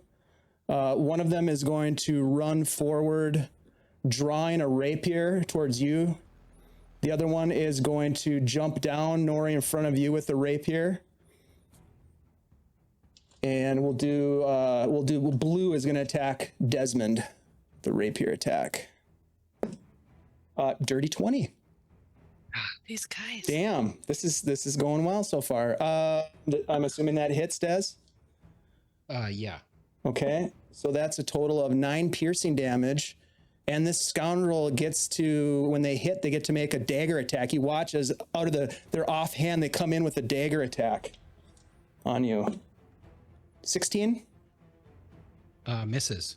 It hits your armor and doesn't pierce through. The Mick is going to attack you, Nori. Same idea.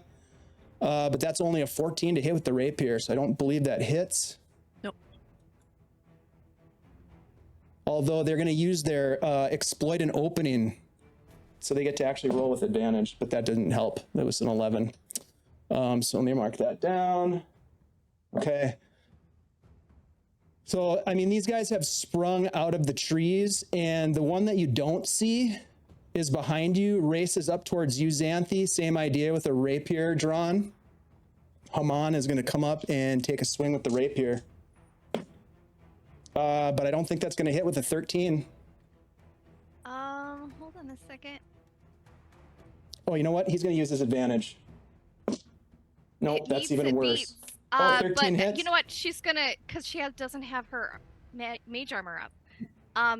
So she's shield. Okay, Little so that adds 5 magic. to your armor class, right? Till the end of your Yep. next turn? Yep. Okay, so that does not hit you. You put up this magical shield, and the rapier attack is repelled. That brings us to Nori Okay. with Nori's Alrin gonna on deck. cast bonus action Hexblade's Curse on Pops. And she is going to watch this attack Pops 2 times. Yeah, get in. And I'm going to do the first one with advantage. It's not really hexed though, is it? It's more of a, well, we know what it means. Yeah, I have 2 different hexy things I can Yeah, do that we are have very hex similar. blades cursed. Got it. Okay, here's the first one. I'll do this one at advantage.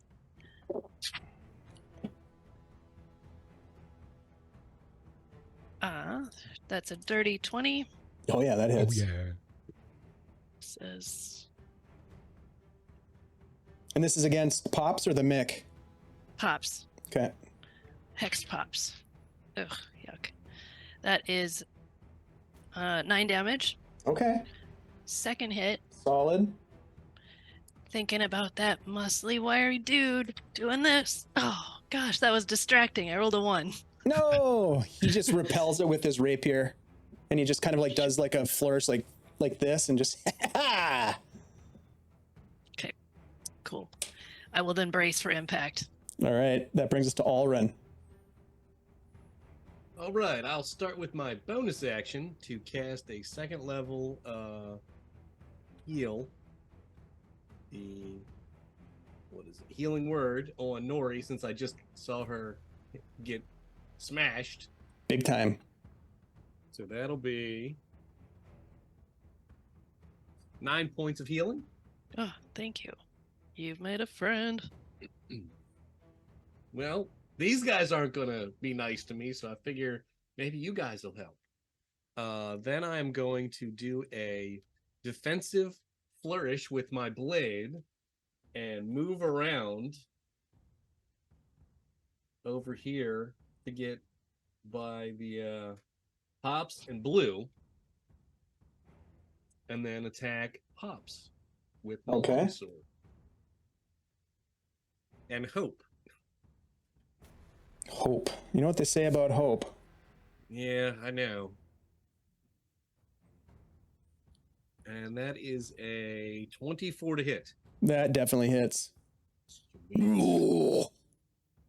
So that is going to do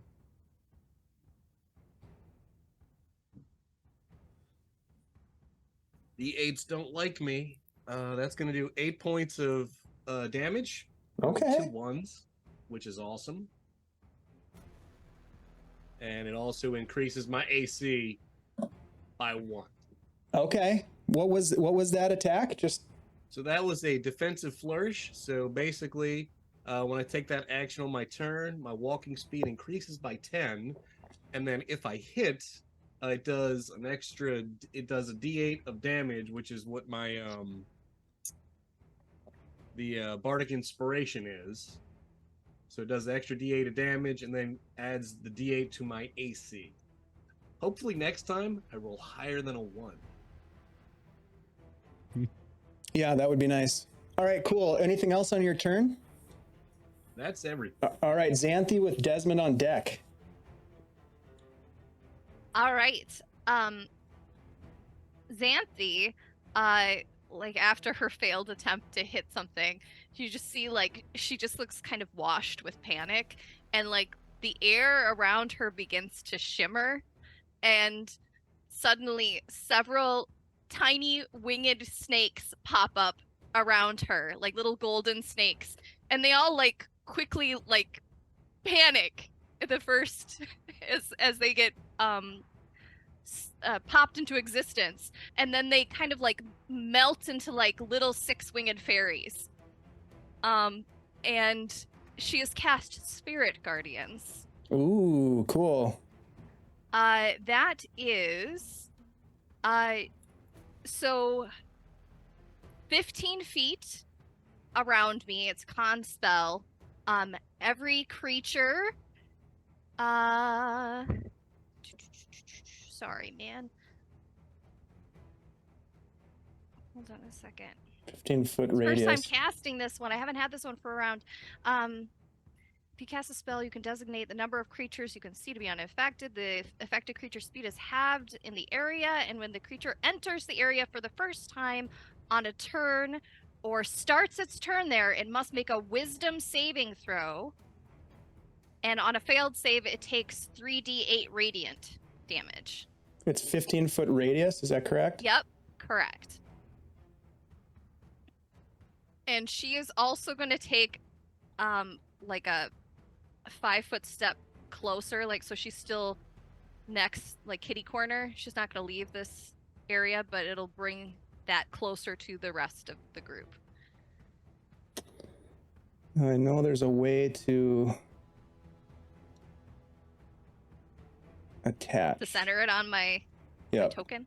There we go. Oh, perfect. All right, so you have a 15-foot radius. Now, when they are first... when it enters the area or starts a turn there, it must make a wisdom save on a failed save. Okay, wisdom save, got it. All right, let's see. Anything else from Xanthi? That's pretty badass.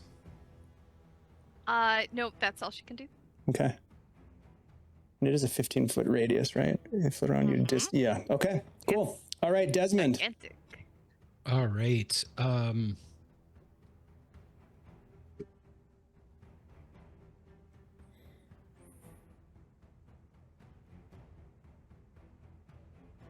Trying to think of what to do.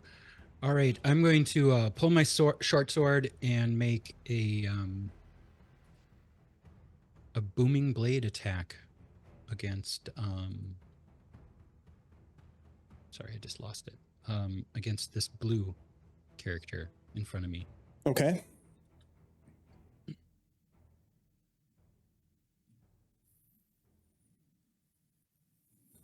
Give me an attack roll. Rolled a 1. Uh-oh. So I'm pretty sure that doesn't hit for a Nope. total of 9 to hit. Mm-mm. No, sir.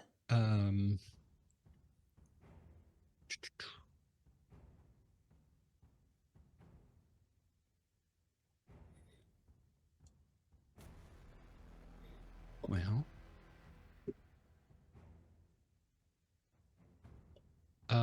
with my movement, I'm going to start kind of getting bewildered by some of these crazy fairies I see spinning around. I'm going to start kind of spinning around, and I'm going to move to here. Okay.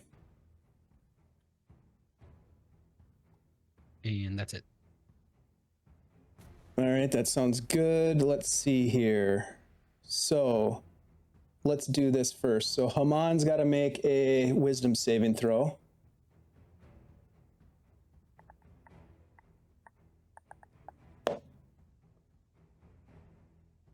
That's an 8. I believe that's going to fail. Go ahead and give me a damage roll for these guys, if you don't mind, Xanthi. Oh, yeah. Devin is going to fail. And Blue, all 3 of them fail. Nice. All right.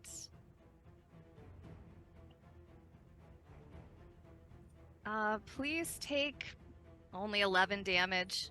Oh, shit. if you Okay. fail. All right, all right. Pretty good, though. Yeah, Yep. I mean it's not bad. And their movement is halved. Okay, that's important. While they're in the cloud of spirit guardians, their movement is halved. Is that correct? In the area, yes. Yeah. Correct. All right. So you watch as Deadly Devin is completely murdered by your guardians. He goes down and dies. He had already taken a lot of damage from his fight with Alrin, it would Torn seem. apart by cute little pixies. Yep. Yeah, these little golden pixies just like go at him with their nails and I hope you brutal, still like, get money biting. for him. Harnan is going to move away and will draw a crossbow and take a shot at you, Xanthi. That's a natural Xanthi's just, 1. like, It just standing there flies trembling. off into nowhere. Blue is going to sidestep out of this spot here. So they're out of it for the moment. And is going to take a swing at Desmond with the rapier. That will be a 18 to hit. Yeah, that hits. Okay, so that's a rapier. That will be 9 piercing damage, and she immediately makes a dagger attack as a follow-up with her offhand. And that is also an 18. I'm going to use my reaction and cast shield. Okay. All right, so that one does not hit, but the first one does. The Mick is going to attack Nori with the rapier and is going to use their advantage. They have the exploit opening feat. Oops, that's cocked. Well, that's good. One of them was a natural 1, but the other one was a 17. Nope. 17 misses. Okay. Mm-hmm. Alrighty then. And Pops is going to take a swing at Ulrin. Oh, 18 on the die, so 24 to hit. Absolutely. Okay.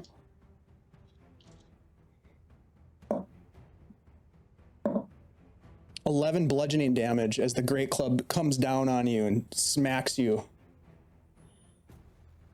And that is their turn. That brings us to Nori with Ulrin on deck.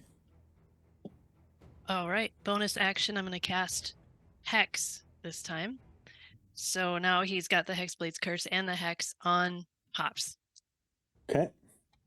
Okay. First swing is a 16. 16 is going to hit Pops. All right.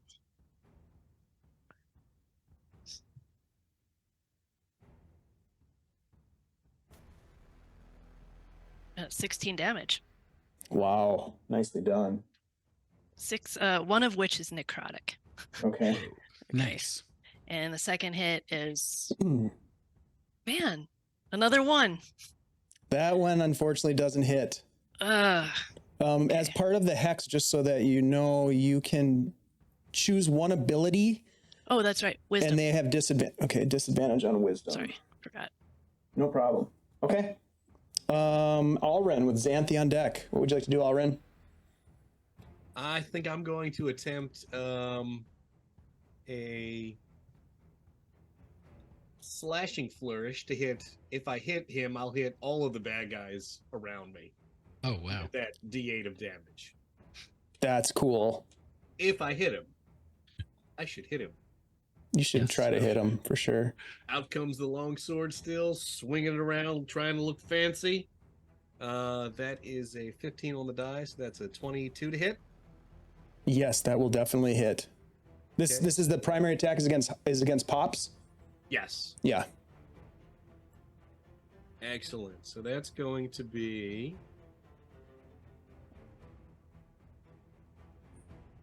15 damage to Pops. And 5 damage to the other 2. Okay. Oh, nice. 5 damage to the Mick. And 5 damage to Blue. Okay. Let's see. The damage that you deal drops Pops as Pops goes down. I just regained 8 hit points. Nice. Nice. Because of the Hex. Warlocks, man. Blades. Warlocks. Curse. Yeah. I love that. That's so cool. All And right. did I Anything see- else from Ulrin? Did That seems like a lot. Get hit? Nope. No. No, you saw it kind of bounce off this like shimmery force field. But Dez got hit, right? Yeah, I got hit. I'll hit you with a Couple couple of times. hit points. I'll cast I'll just do a first level healing word to start. For 7 points.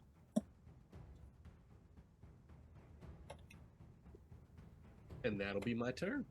Okay. All right. Xanthi. She is going to do an extended mage armor on herself. So the bonus action will be a sorcery point. And sorry, hold on a second, I gotta find it. Yeah. And then the spell first level mage armor. And she is going to move forward to join the rest of the group. Okay. Hey. You're like, where did all these cute little fairies come from? All right. This year. Desmond. Atmosphere. Ambiance.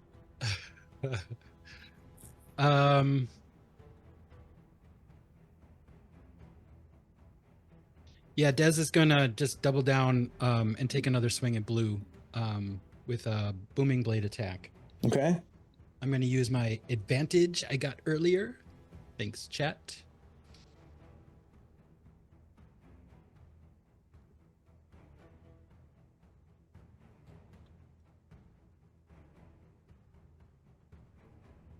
Sorry, new spells.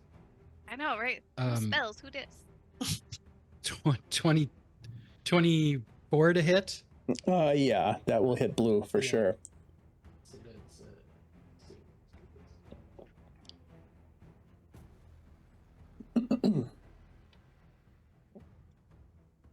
Level 5 abilities. yeah, I mean, let me just double check.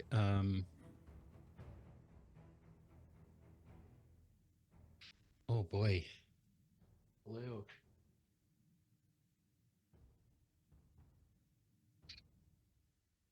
It's sneak attack plus booming blade that gets an extra D8 at this level.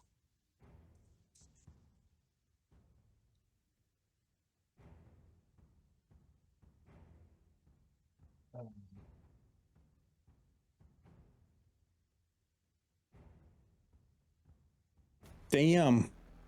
That is, It's a lot of math going on over there is what it is. yeah. That is You best get a calculator. I have to add it up again. You let me lose track. If you lose track, it's an automatic 5. Okay, that's 27 piercing. Holy short shit. sword. Yeah, you just it- run it right into Blue's abdomen and it just pierces through her spleen, runs through her kidneys. As you pull your blade back out, there's just this gout of blood that just squirts out onto the ground as she And then a huge calls out. blast of thunder that causes her to fall over backwards. She goes prone? Well, is she down now? No. Oh, okay. Sorry. But I No, mean, it she's was in a- like she's thunder in a damage, place so where it's you just don't trying even to- want to live. You're not even at a point where you want to live at this point. Her Yeah, internal I was organs just are trying to fucked. narrate some thunder damage there. No, she doesn't go down. Okay. Okay. All right. Anything else, Desmond? That was my action. With my bonus action, I'm going to do another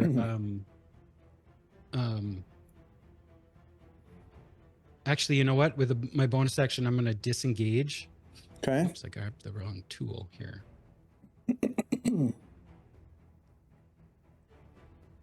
And I'm going to move to like here. I gotcha. All right. So it is their turn. We'll do Harnan is going to take another shot with the crossbow Before he does, at Xanthi. the little fairies attack. He's not in your Oh, he's yeah. not, he's you're not in right. your cloud. Yeah. Sorry, he's the one who left the area. Yep.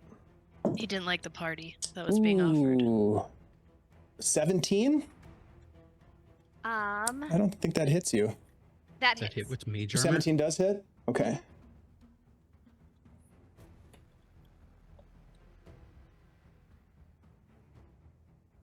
Okay. That will be 10 points of piercing damage, and I need you to make a a concentration save, please.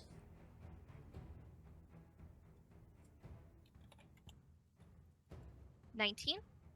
Yeah, you maintain concentration, no problem. Ugh. All right, and then the Mick is going to make a wisdom saving throw. Ooh, I don't know about that, Mick. Should be at disadvantage, right? Oh, no, sorry. I'm already planning Got ahead. hexed. That is Yes. a 13. That hasn't happened yet. That does not. I believe that. What's your save DC? 16.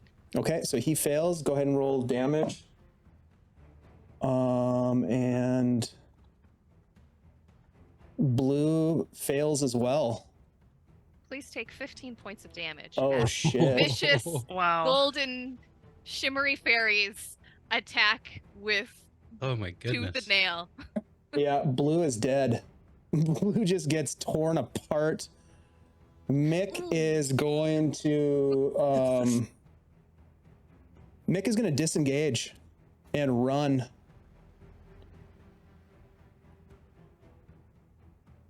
"30 feet.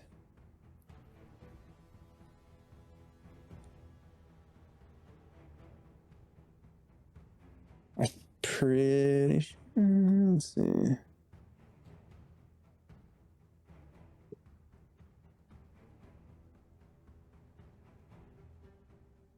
Yeah, I think that's their turn.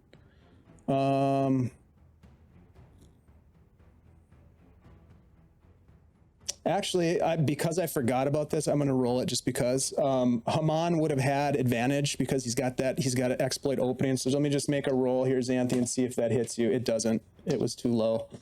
All right, so that's their turn. They appear to be leaving because their friends are all dead. So that brings us to Nori with Alrin on deck. Okay. Nori's gonna run over to the Mick. She can. Bonus action, move the Hex over to the Mick Okay. and take a swing or two. Oops, that's wrong. He's not dead yet. Close though. There we go. 17 on the first one. That'll hit. Great. Fuck you. Leave me be. I mean nothing by it. 12 for the first hit. Okay. And These guys made some 21 bad decisions today. Yeah, that hits. I'm sure. Yeah, Ooh, this Real- is a nice real one. bad decisions. This is gonna be gore. 22 damage. Oh my god. He's running. He's running away. You Sorry. race forward, catch him. You slash him twice across the back. He kind of cartwheels as he's flying towards his friend Hanan. And he's not dead, but he is close. His back is just a gout of blood on the ground, and he cries out. And you can see as you look past him, you see his friend Harnan. His eyes are just like wide open, like, oh shit. Deadly Devin wasn't worth this. He definitely Living no. up to his name. No. Yeah. All right. Anything else from Nori? That was your action. Your bonus action was to move the hex. No. Yeah. Don't think so. All right. Let's That's go over it. to Alrin.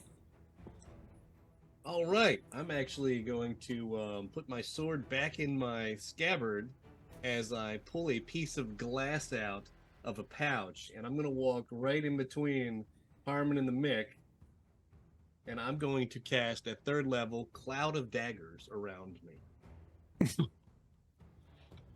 Nice. All Whoa. right. That's amazing. So it's a 5-foot cube on each side of me. When they start their turn, they're going to take some dagger damage. And a cube of 5 feet on each side.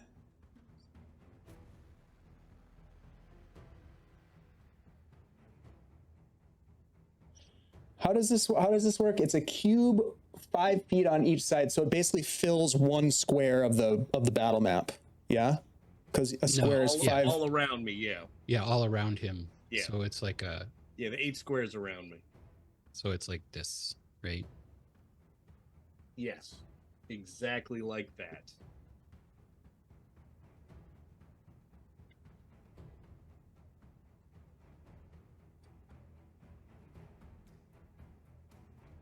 As I get in between them and flick the glass up in the air a little bit, and the daggers just surround me, and Well, yeah, I guess technically it'd be. I don't know if that's true, but we'll go with it for now. I don't think that's the way that works, because that'd be 15 feet. Okay. 5 Yeah. foot, a cube, 5 feet on each side. 5 feet. Anything that's touching him. Yeah. 5 feet. Yeah. Yeah, so we're anybody that's touching. in melee range. Yep. All So right, it would well, be that we'll big. figure that out later. But all right, cool. So that is when they start their turn. Creature when it starts their turn. Got you. Okay, I'm not super familiar with that that spell, but it's very cool. All right. Anything else that you do on your turn, Alrin? Otherwise, we'll move to Xanthi. It feels right. Feels right. It feels like a lot. All right, Xanthi, what do you got? Xanthi's gonna move forward. 5, 10.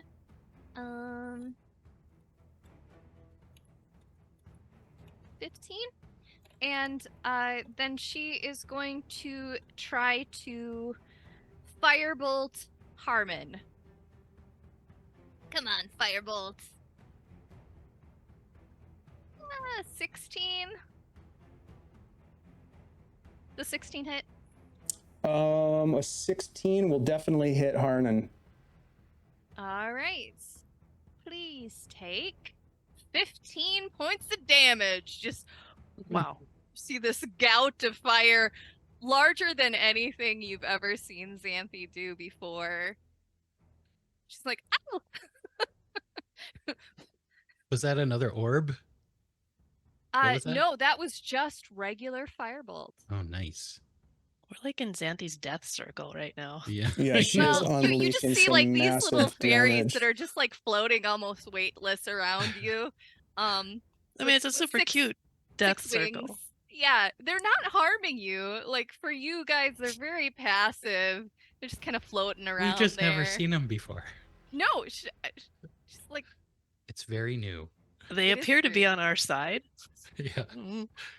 They just tore up a couple of people. What was the Yeah, total? What was the viciously. total damage? 15. 15 So which one, points of Harnan? damage. Yeah. Okay. Yes. Okay. Damn. Nicely done. Do you still have the Spirit Guardians up? Oh yeah. You haven't lost concentration on that at all, right? Mm-mm. That was just a Okay. cantrip, right? No. Spirit Guardians is a second level Yeah, spell. no, that is. But you just shot him with. Oh, a yes. firebolt, right? Yeah, that's a cantrip. Yeah, And, got you. and it's just a con spell. So unless I cast something else with concentration or I lose concentration, Right. it stays Right, up. it won't affect it. Okie dokes. Awesome. Desmond, it's your turn, buddy. Okay. Well, the battlefield has changed a lot. He's going to move up a little. Mm-hmm. And he's going to sheath his short sword, and waiting for pixies to pass by, he's gonna fire off a shot at the Mick. It's like waiting to jump in on jump Yeah. rope kind of idea. And then he's gonna shoot him. Come on. Should hit. I think that's a 19 to hit. Yes, 19 to hit.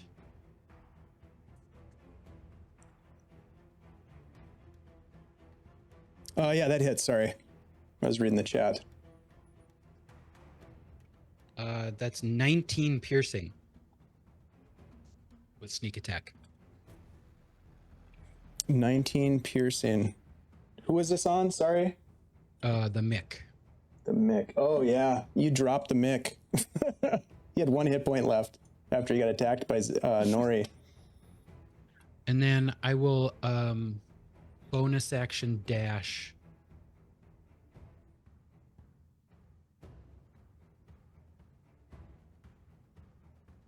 over here. Okay. All right. Oh, Arnon, what are you gonna do, buddy? I'm gonna do wisdom saving throw. Didn't take He is. dagger damage. It's not looking good for him right now. He's not He making it out of rolled this well death he rolled circle. a 16 on his wisdom save, Okay, so that means so he does it do means- okay there. But dodges does a he take fairy. half damage? For spirit guardians, one second. I don't know if. Hold on a second. Yep, half damage. Okay, so go ahead and roll that damage. And what did we So- what did we learn about the cloud of daggers, Chad, in terms of how it works? It should have been on a 5-foot square. But Instead of that like it's not a 5 Yeah. foot all the way Yeah. around you. It's not a radius. So- Oh, okay. Let's do this. Let's give me a D6 roll. On a 1, 2, or 3, you cast it on Harnan, and on a 4, 5, or 6, you would cast it on the Mick. 4 on the die. Okay, so you cast it on the Mick. Please take 6 points of fairy damage as they Jesus. scratch and bite at him. Okay, he is going to. He's fucked. He's gonna run. He's running. If you want to take an attack of opportunity, Alrin, you have that option. Go ahead and give me a roll.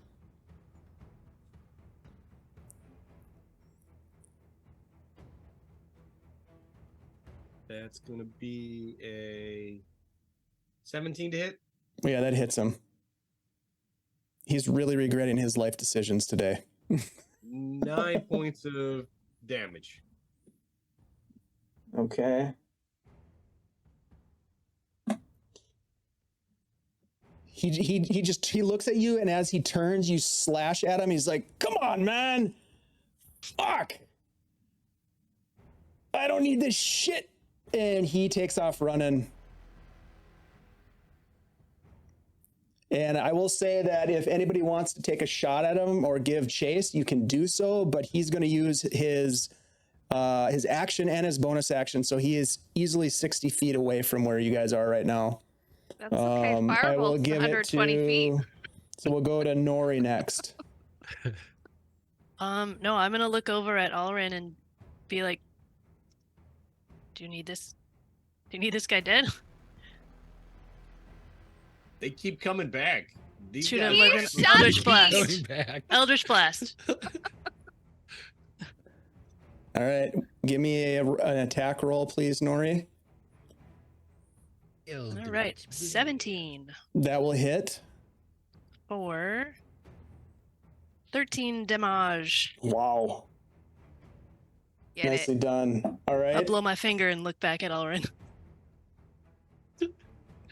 Showing off. Thumbs up, and Nori. Anything else? The guy's running away, and you're just like, "Ah, come on, damn it! I'm leaving." All right, Alrin. You're apparently gonna come back. As a ghost. It's a ghost. Sick Yeah. burn, Xanthi. Well, if You're he's welcome. 60 feet away from me, I'm gonna hit his square with a cloud of daggers, so he'll get that. All right. Oh boy. All right, so you're gonna expend another second level spell slot and hit him with the cloud of daggers, which will take effect when he starts his turn, on his next turn. God, you guys are brutal. All right, that brings us to Xanthi with Desmond on deck. I know what Xanthi's Firebolt. gonna do. Yeah, exactly. It's only 11. Nah, you missed. Oh. Haha. God. Oh. Just kidding. You fire off a firebolt, and he's like, "Oh, you ducks! Fuck you, people!" I'm not so good at with the aim. Anything else you want to do? This is great. No, I'm good for right now. All right, Desmond. Des, seeing everybody still shooting at this guy, he's just gonna lean back on the rock and do a steady aim shot with his crossbow. Come on, Harnan. Oh God, I'm it's not rooting for looking him good now. for Come on. Harnan, I'll tell you that right now. Come on, Harnan. A 26 to hit. Yeah. I mean, that hits. 15 piercing.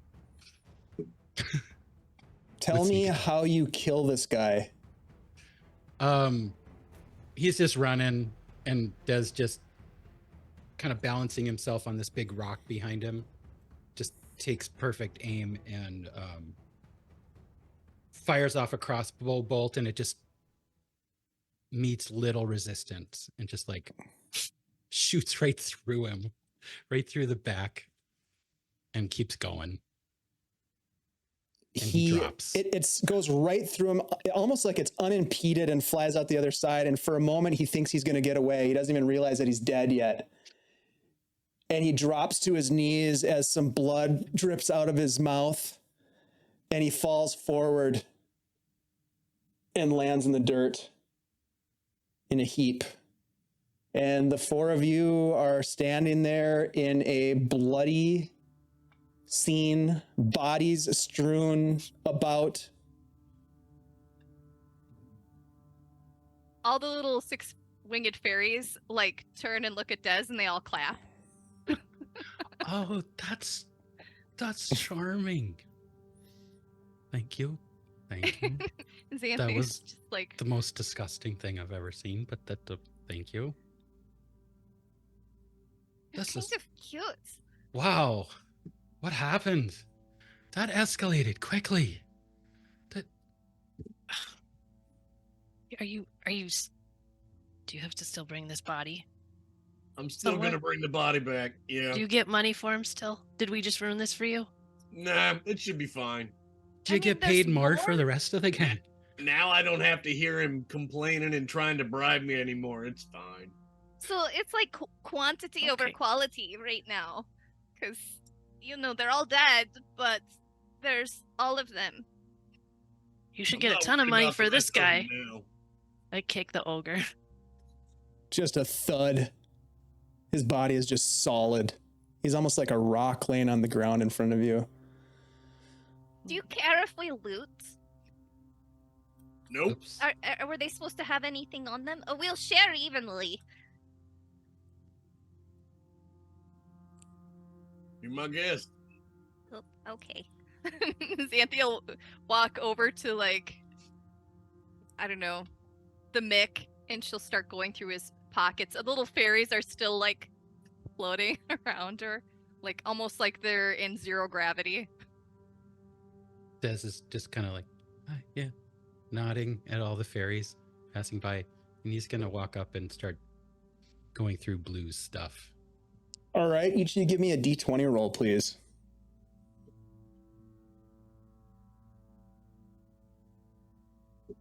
Uh, 15. 18. Xanthi, you're looting somebody? Yeah. Now I get my natural 20s. Ooh, okay. Desmond, you find a crossbow and a rapier and a dagger, none of which are particularly interesting. There is a small coin purse with about 17 copper in it. Nori, as you're looking, you find similar weapons on this individual. Or wait, you're looting the ogre? Yeah. Yeah. Okay. So for the ogre, you find the club. There is some sort of a trinket on a leather strap around its neck. It looks like bone and leather, possibly some sort of a religious totem. But other than that, there's not much on this guy. I would, however, like you to roll a D100. Okay. Xanthi, you find a similar weaponry, a dagger and a rapier on the body that you loot. I would like you also to roll a D100 for me, please. I'll snap that necklace off, and I rolled a 49. Okay.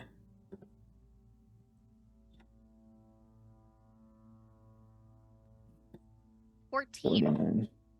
49.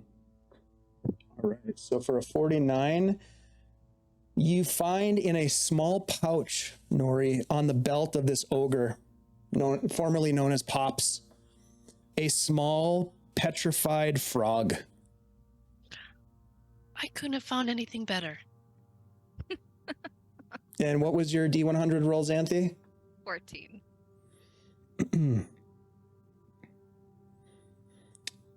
Interestingly enough, this individual, as you pull back their shirt, you see that they have a necklace with some large teeth on it. Animal teeth, very sharp. Ooh. Interesting.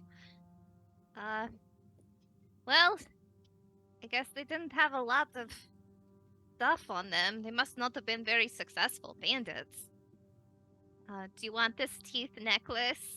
All bark and no bite. Get it? Oh. All the teeth didn't help him. We got it. As about 10 minutes have passed, all of the little fairies kind of like begin to dematerialize and fade into nothing. Oh, I guess that was it. That was new.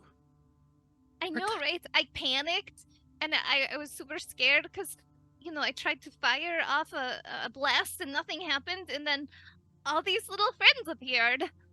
I mean, have you met them before? Like, do you know them? No, and it was really weird. Did you see when they came? They were like little flying snakes. Yeah. But then they changed. So you didn't actively you just got scared and they just came out and protected you. That's I guess. good little friends to have. They definitely came in handy in a They fight. did. Very violent. Good job. though. I saw them tear apart 2 people. So, I mean, yeah. Are you gonna name all of them? Gosh, do you think I should? Yeah, How many were I think there? you should. How This many- will just- I'm not sure how many there were. Des will go search this Harnan guy that he mercilessly shot down. Give me a D20 roll, please.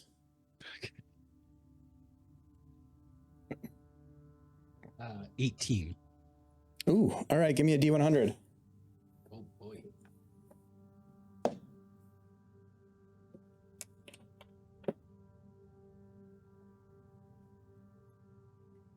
67.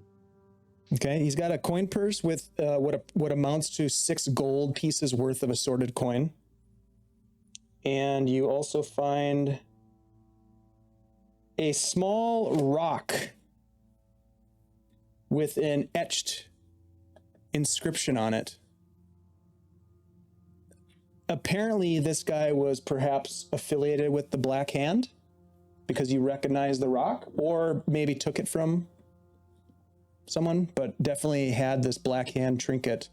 If you recall from your earlier investigations, many of the Black Hand would identify themselves by carrying this rock with a series of emblems on it. All right. Yeah, Des will take a look at it and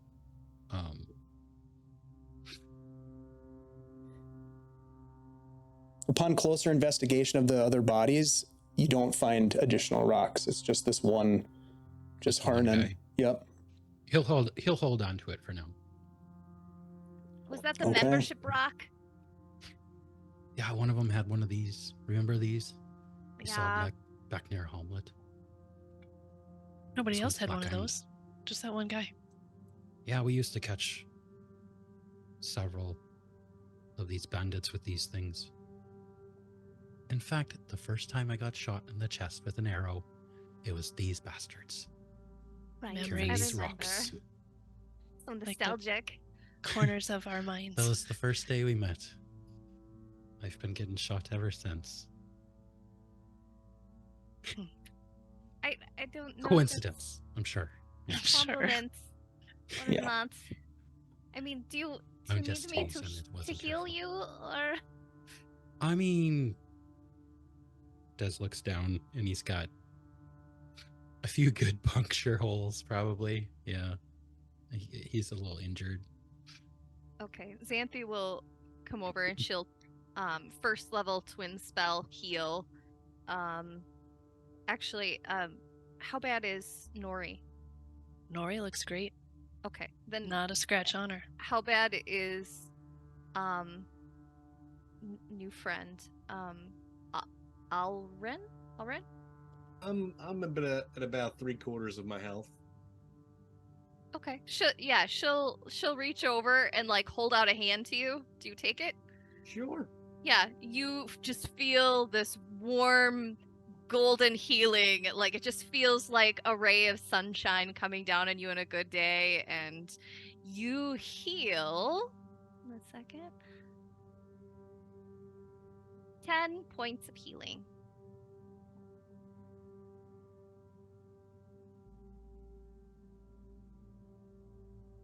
That's fantastic. You guys are very effective in battle. Yes, that's better.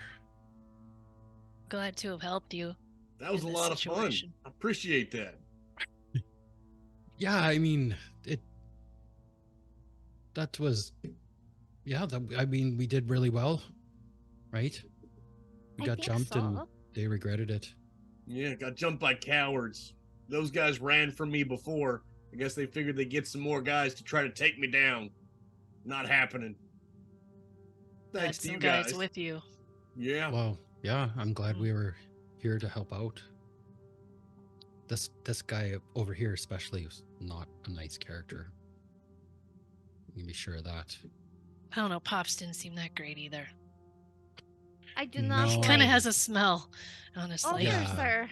Those folds. Ugh. I was checking inside the folds. Ugh, bad. Those ones eat people. They Yeah. do.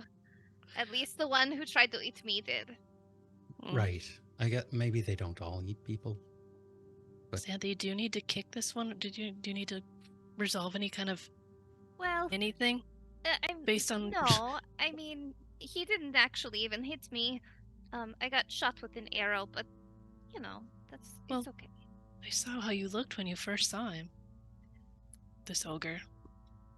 Yeah, if Des hadn't been there, I would have been eaten. Okay, good. Oh, I'm glad you did not get eaten. Very Me glad. too. me too. Hugs. All right. 3-way hug. Alrin, you're just watching as this group of He's weird. people who obviously have been together for a long time are showing a lot of affection post combat. While they're We doing love that, each other. I'm Standing in a remo- pool of blood. Like, Yep. I'm removing any like extra stuff off of Devin, like the boots, weapons, stuff that just weighs extra, because I'm gonna hoist them over my shoulder and then start walking off. Hey, you're a bounty hunter, right? Do you think we could get any money for the rest of these fellas? Very possible if you want to take them. And you see, I threw look this heavy. guy on my shoulder with ease. Well, we're definitely not gonna be able to carry the big guy. No. Which one do you think no. was worth more? I mean, you got those 2 items off of them. That might be enough. I don't know. I'm Oh, not sure right. if it's known, like if that's a trinket that people are used to seeing. And of course, you know their names. That'll help. Oh yeah. Okay. I'm good. We should go. Are you going to Nulb? Yeah, I'm wandering Sorry. off that direction. So are we. I We'll guess join you if you don't mind. we could, otherwise we'll say goodbye and we'll walk together the whole way and it'll be terribly awkward. Yeah, We you could know, count you're to, just like, you're just 30. just far enough to not talk, but you don't know whether or not you should say something. Or... Fine, we can walk together. I don't have a problem with that. You guys are pretty handy. Safety in numbers. Yeah, Right. yeah. All right, so you are you going to gather up any of these bodies? I'm talking to Xanthi, Nori, and Desmond. I don't think so. I don't feel like carrying one of them all the way to Nulb. Don't have to prove we killed anybody, so like, you know, decapitating or taking hands or fingers, there's not, I mean, unless you have a buyer. I'll make a good kind of note, gross. mental note of what they look like, and then I can show people what they look like with an illusion. Oh yeah, I can do that. Well, if they need let's just roll them into the ditch. If they need bodily proof, we know where to come back out and get them. Yeah. Nobody else will take them then. I'll start trying to push the ogre over the edge into the... You don't even move him. I mean, I think he's going to be blocking the road for a while. This one. I mean, if we had ponies, maybe. We could always bring people back if any of these were somebody they wanted to know died, but I don't think it's worth our time. How much are you getting for this guy? It's not right to talk contracts in the middle of a contract. I'm sorry about that. I understand. Yeah, that's good business.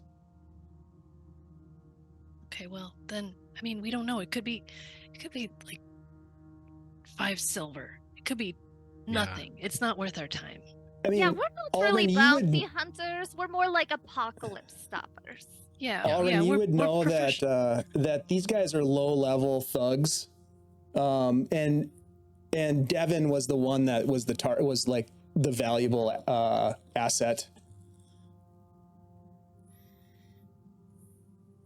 We're kind of private detectives anyway, so you know, it's not really our thing. Right. We shouldn't waste our time on these small fries. Right. I think I'll have a cup of coffee while I walk. Oh, yeah, okay. And Xanthi reaches into the bag and just pours like some steaming hot coffee and just hands it to Des and puts the top on and puts it back. I mean, I can ice it if you want. It's perfect. I want it hot. Okay, so you guys begin to make your way towards Nulb, and eventually you find yourselves on the outskirts. And for those of you, Xanthi, Desmond, and Nori in particular, Alrin, this would not be a shock to you really, what I'm about to describe, because you've been in Nulb more recently than the rest of them have. But the other three of you see, which was, you know, this town, which was once a lawless town of filth and villainy, it appears to have been replaced by an even filthier, kind of grim military outpost. The occupation of Nulb by a military force kind of carries this heavy weight of tension as you pass through buildings, bear the scars of forced entry. The few townsfolk that you see moving about are very intentional with their quietness, as if trying to go unnoticed by soldiers and mercenaries and probably other bounty hunters who are occupying this town. There are soldiers clad in dented and worn armor, some of them bearing the mark of Burns badgers, others bearing the heraldry and crest of Verbobonk. And like the townsfolk themselves, these warriors are also sort of weary in their movements. You get the sense that it's been, and you know from what you've heard from the Jerkins, for example, that there's been, you know, weeks of battle that have taken place in this region. And so you see soldiers and mercenaries leaning against walls, catching a moment's respite. Others are patrolling with sort of a determined but exhausted gait to their pace.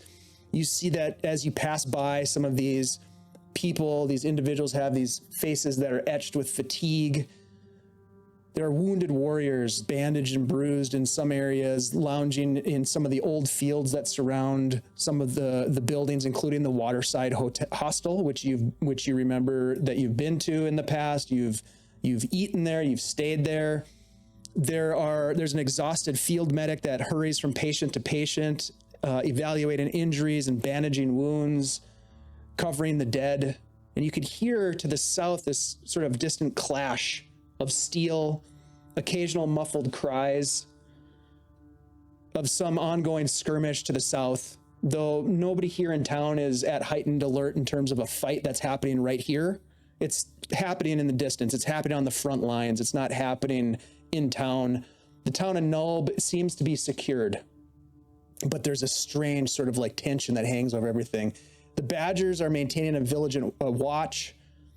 You see the flag on roadsides with the stylized badger displayed prominently. They've taken up positions along the river's edge and among the buildings and along the trails leading south towards where you imagine is the Temple of Elemental Evil in the distance, and perhaps where some of these small scale skirmishes are still taking place.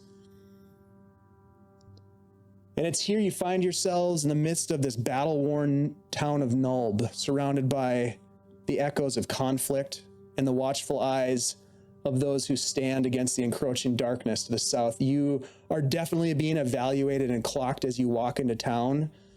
Alren perhaps leading the way, knowing to go to the military outpost where the bounties are being paid. And it is here, my friends, where we will end tonight's session, as you have arrived in a very different Nulb than when you left. And there is much to explore, much to learn. There are contacts perhaps to be made. Perhaps you will continue to work with your this individual that you've met along the way. I guess we'll have to find out next time when we come back to play some more Heroes of Greyhawk, my friends. So thank you all for being here. We made it to Nulb, and you got to use some of your sweet new shit, which is pretty awesome. So Crazy. level 5. Level Here 5. we go. Wow. Level Yeah. 5. Vamp, thanks for being here, my friend. Appreciate you jumping in and playing with us. As always, it's a pleasure to have you. Thanks to everybody who's in the chat, hanging out with us and getting goofy and horsing around. We appreciate you too. As we close out this session, let's go around the table here, and please reintroduce yourself, where we can find you, and if there's any thoughts that your character might have as you, given the description that I've provided of Nulb, any thoughts that your character might have just off the cuff as you enter this place. And let's start with Nori this time. Sure. My first thought would be, I am worried about still protecting Xanthi, and this just seems like a very tense place, and she's being hunted. I don't know what's going on. I mean, I kind of know what's going on, but I don't entirely, so I will be a little more wary than I normally would now that we know what her deal kind of is. So that being said, hey yo, I'm Shelly. You can find me on Threads and Blue Sky at Hey It's Flea Monkey. You can find me on Tythalanos' channel on Wednesdays, playing a little Pathfinder 2E, and I'm back here next Tuesday. Oh, yeah. And I would add to this, Shelly, based on what you just said, like there's a lot of eyes on you as you walk through town. You're not being like accosted yet and like questioned, because it's fairly obvious that you're walking in with a bounty hunter that is possibly known here, but there are a lot of eyes. So that sort of tension and sort of like anxiety about your friend could be quite palpable. Nori's for sure. feeling it for sure. Yeah. Awesome. Speaking of palpable, palpitations is what Nori's got right now. Hang in there, buddy. You got this. All right. Let's jump over to Ashley. Ashley, the murderous sorcerer who has emerged from a sweet little innocent girl to be just a murder machine. What is Xanthi feeling as you walk into Nulb at this moment? Man, I don't think this is the same swinging sex hub that we left. That's for sure. No, Nulb has changed. What a letdown, boys. I'm expecting stuff. You The had your rash is the opportunity least to of their swing, you guys. You had a big opportunity, but you wanted to avoid the rash. So I understand. It's true. There was a deterrent. Hey everybody, I'm Ashley, Minnesota Muse. You can find me on as Minnesota Muse on our Discord, Minnesota Muse on our Facebook page. You can find me on Blue Sky or at Minnesota Muse 99 on Threads. I'm only doing this right now, so Tuesdays, Heroes of Greyhawk. Come on back for more Ashley, more Xanthi. Watch her destroy all things that are placed in her path. Appreciate that. Let's jump over to Andy next. Andy, Desmond, as he's walking into town here, initial thoughts, concerns. What do you have? Has definitely realized it's a much different place than it was last time they were here. He will definitely remember that the last time they were here, people were trying to kill them. So he's fairly certain that's not happening anymore, but he's still suddenly becoming very paranoid. And he's thinking about Jack, his brother, who was last seen in this area, and he hopes he'll see him somewhere. And yeah, hey, what's up, everybody? My name is Andy, also known as Andy G3D, here on Twitch.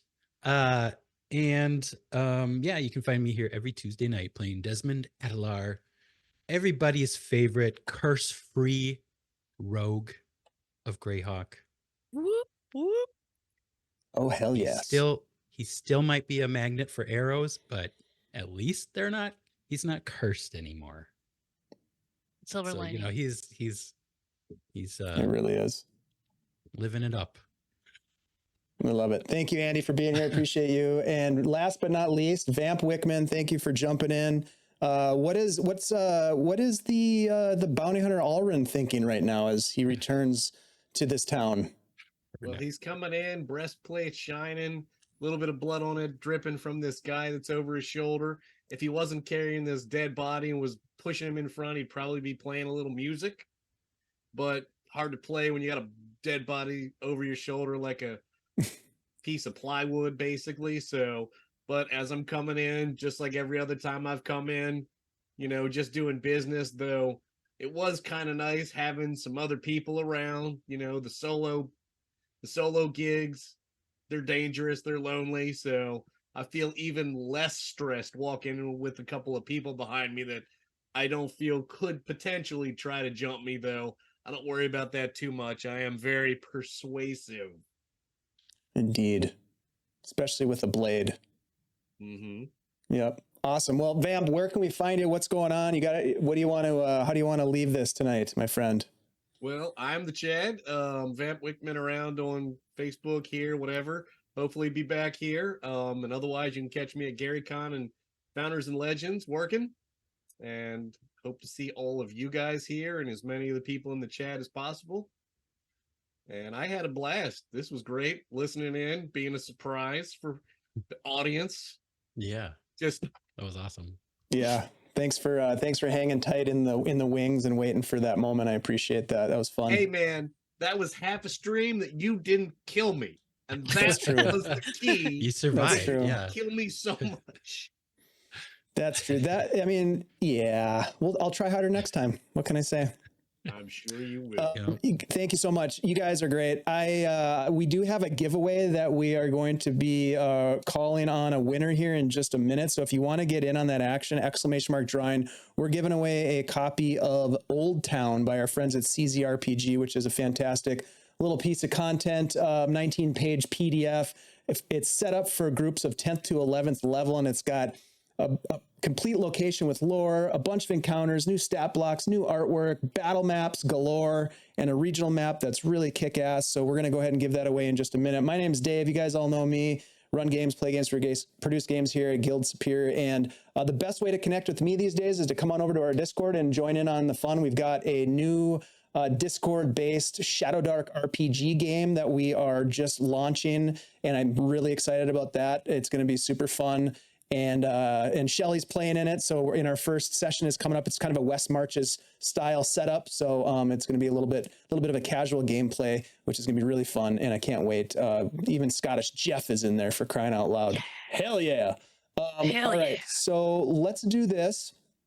Let's give away some loot. Ashley, if you wouldn't mind giving us the ceremonial 5-second countdown, please. All right, everybody. 5, 4, 3, 2, 1, and go. Here it comes. Scottish Jeff has won the giveaway. Scottish Jeff, congratulations, my friend. I will get you the download link to Old Town. You have won some sweet content, and I think you're going to really like it. So thank you for being here. Congratulations. We appreciate you. We're going to raid into our friends over at the Hero Club, so hang tight as I get this raid started.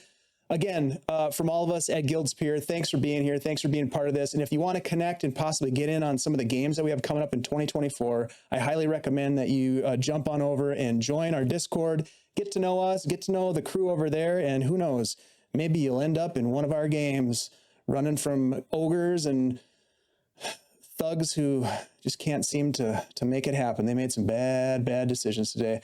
But we didn't, because we had a great time playing D&D. See you guys.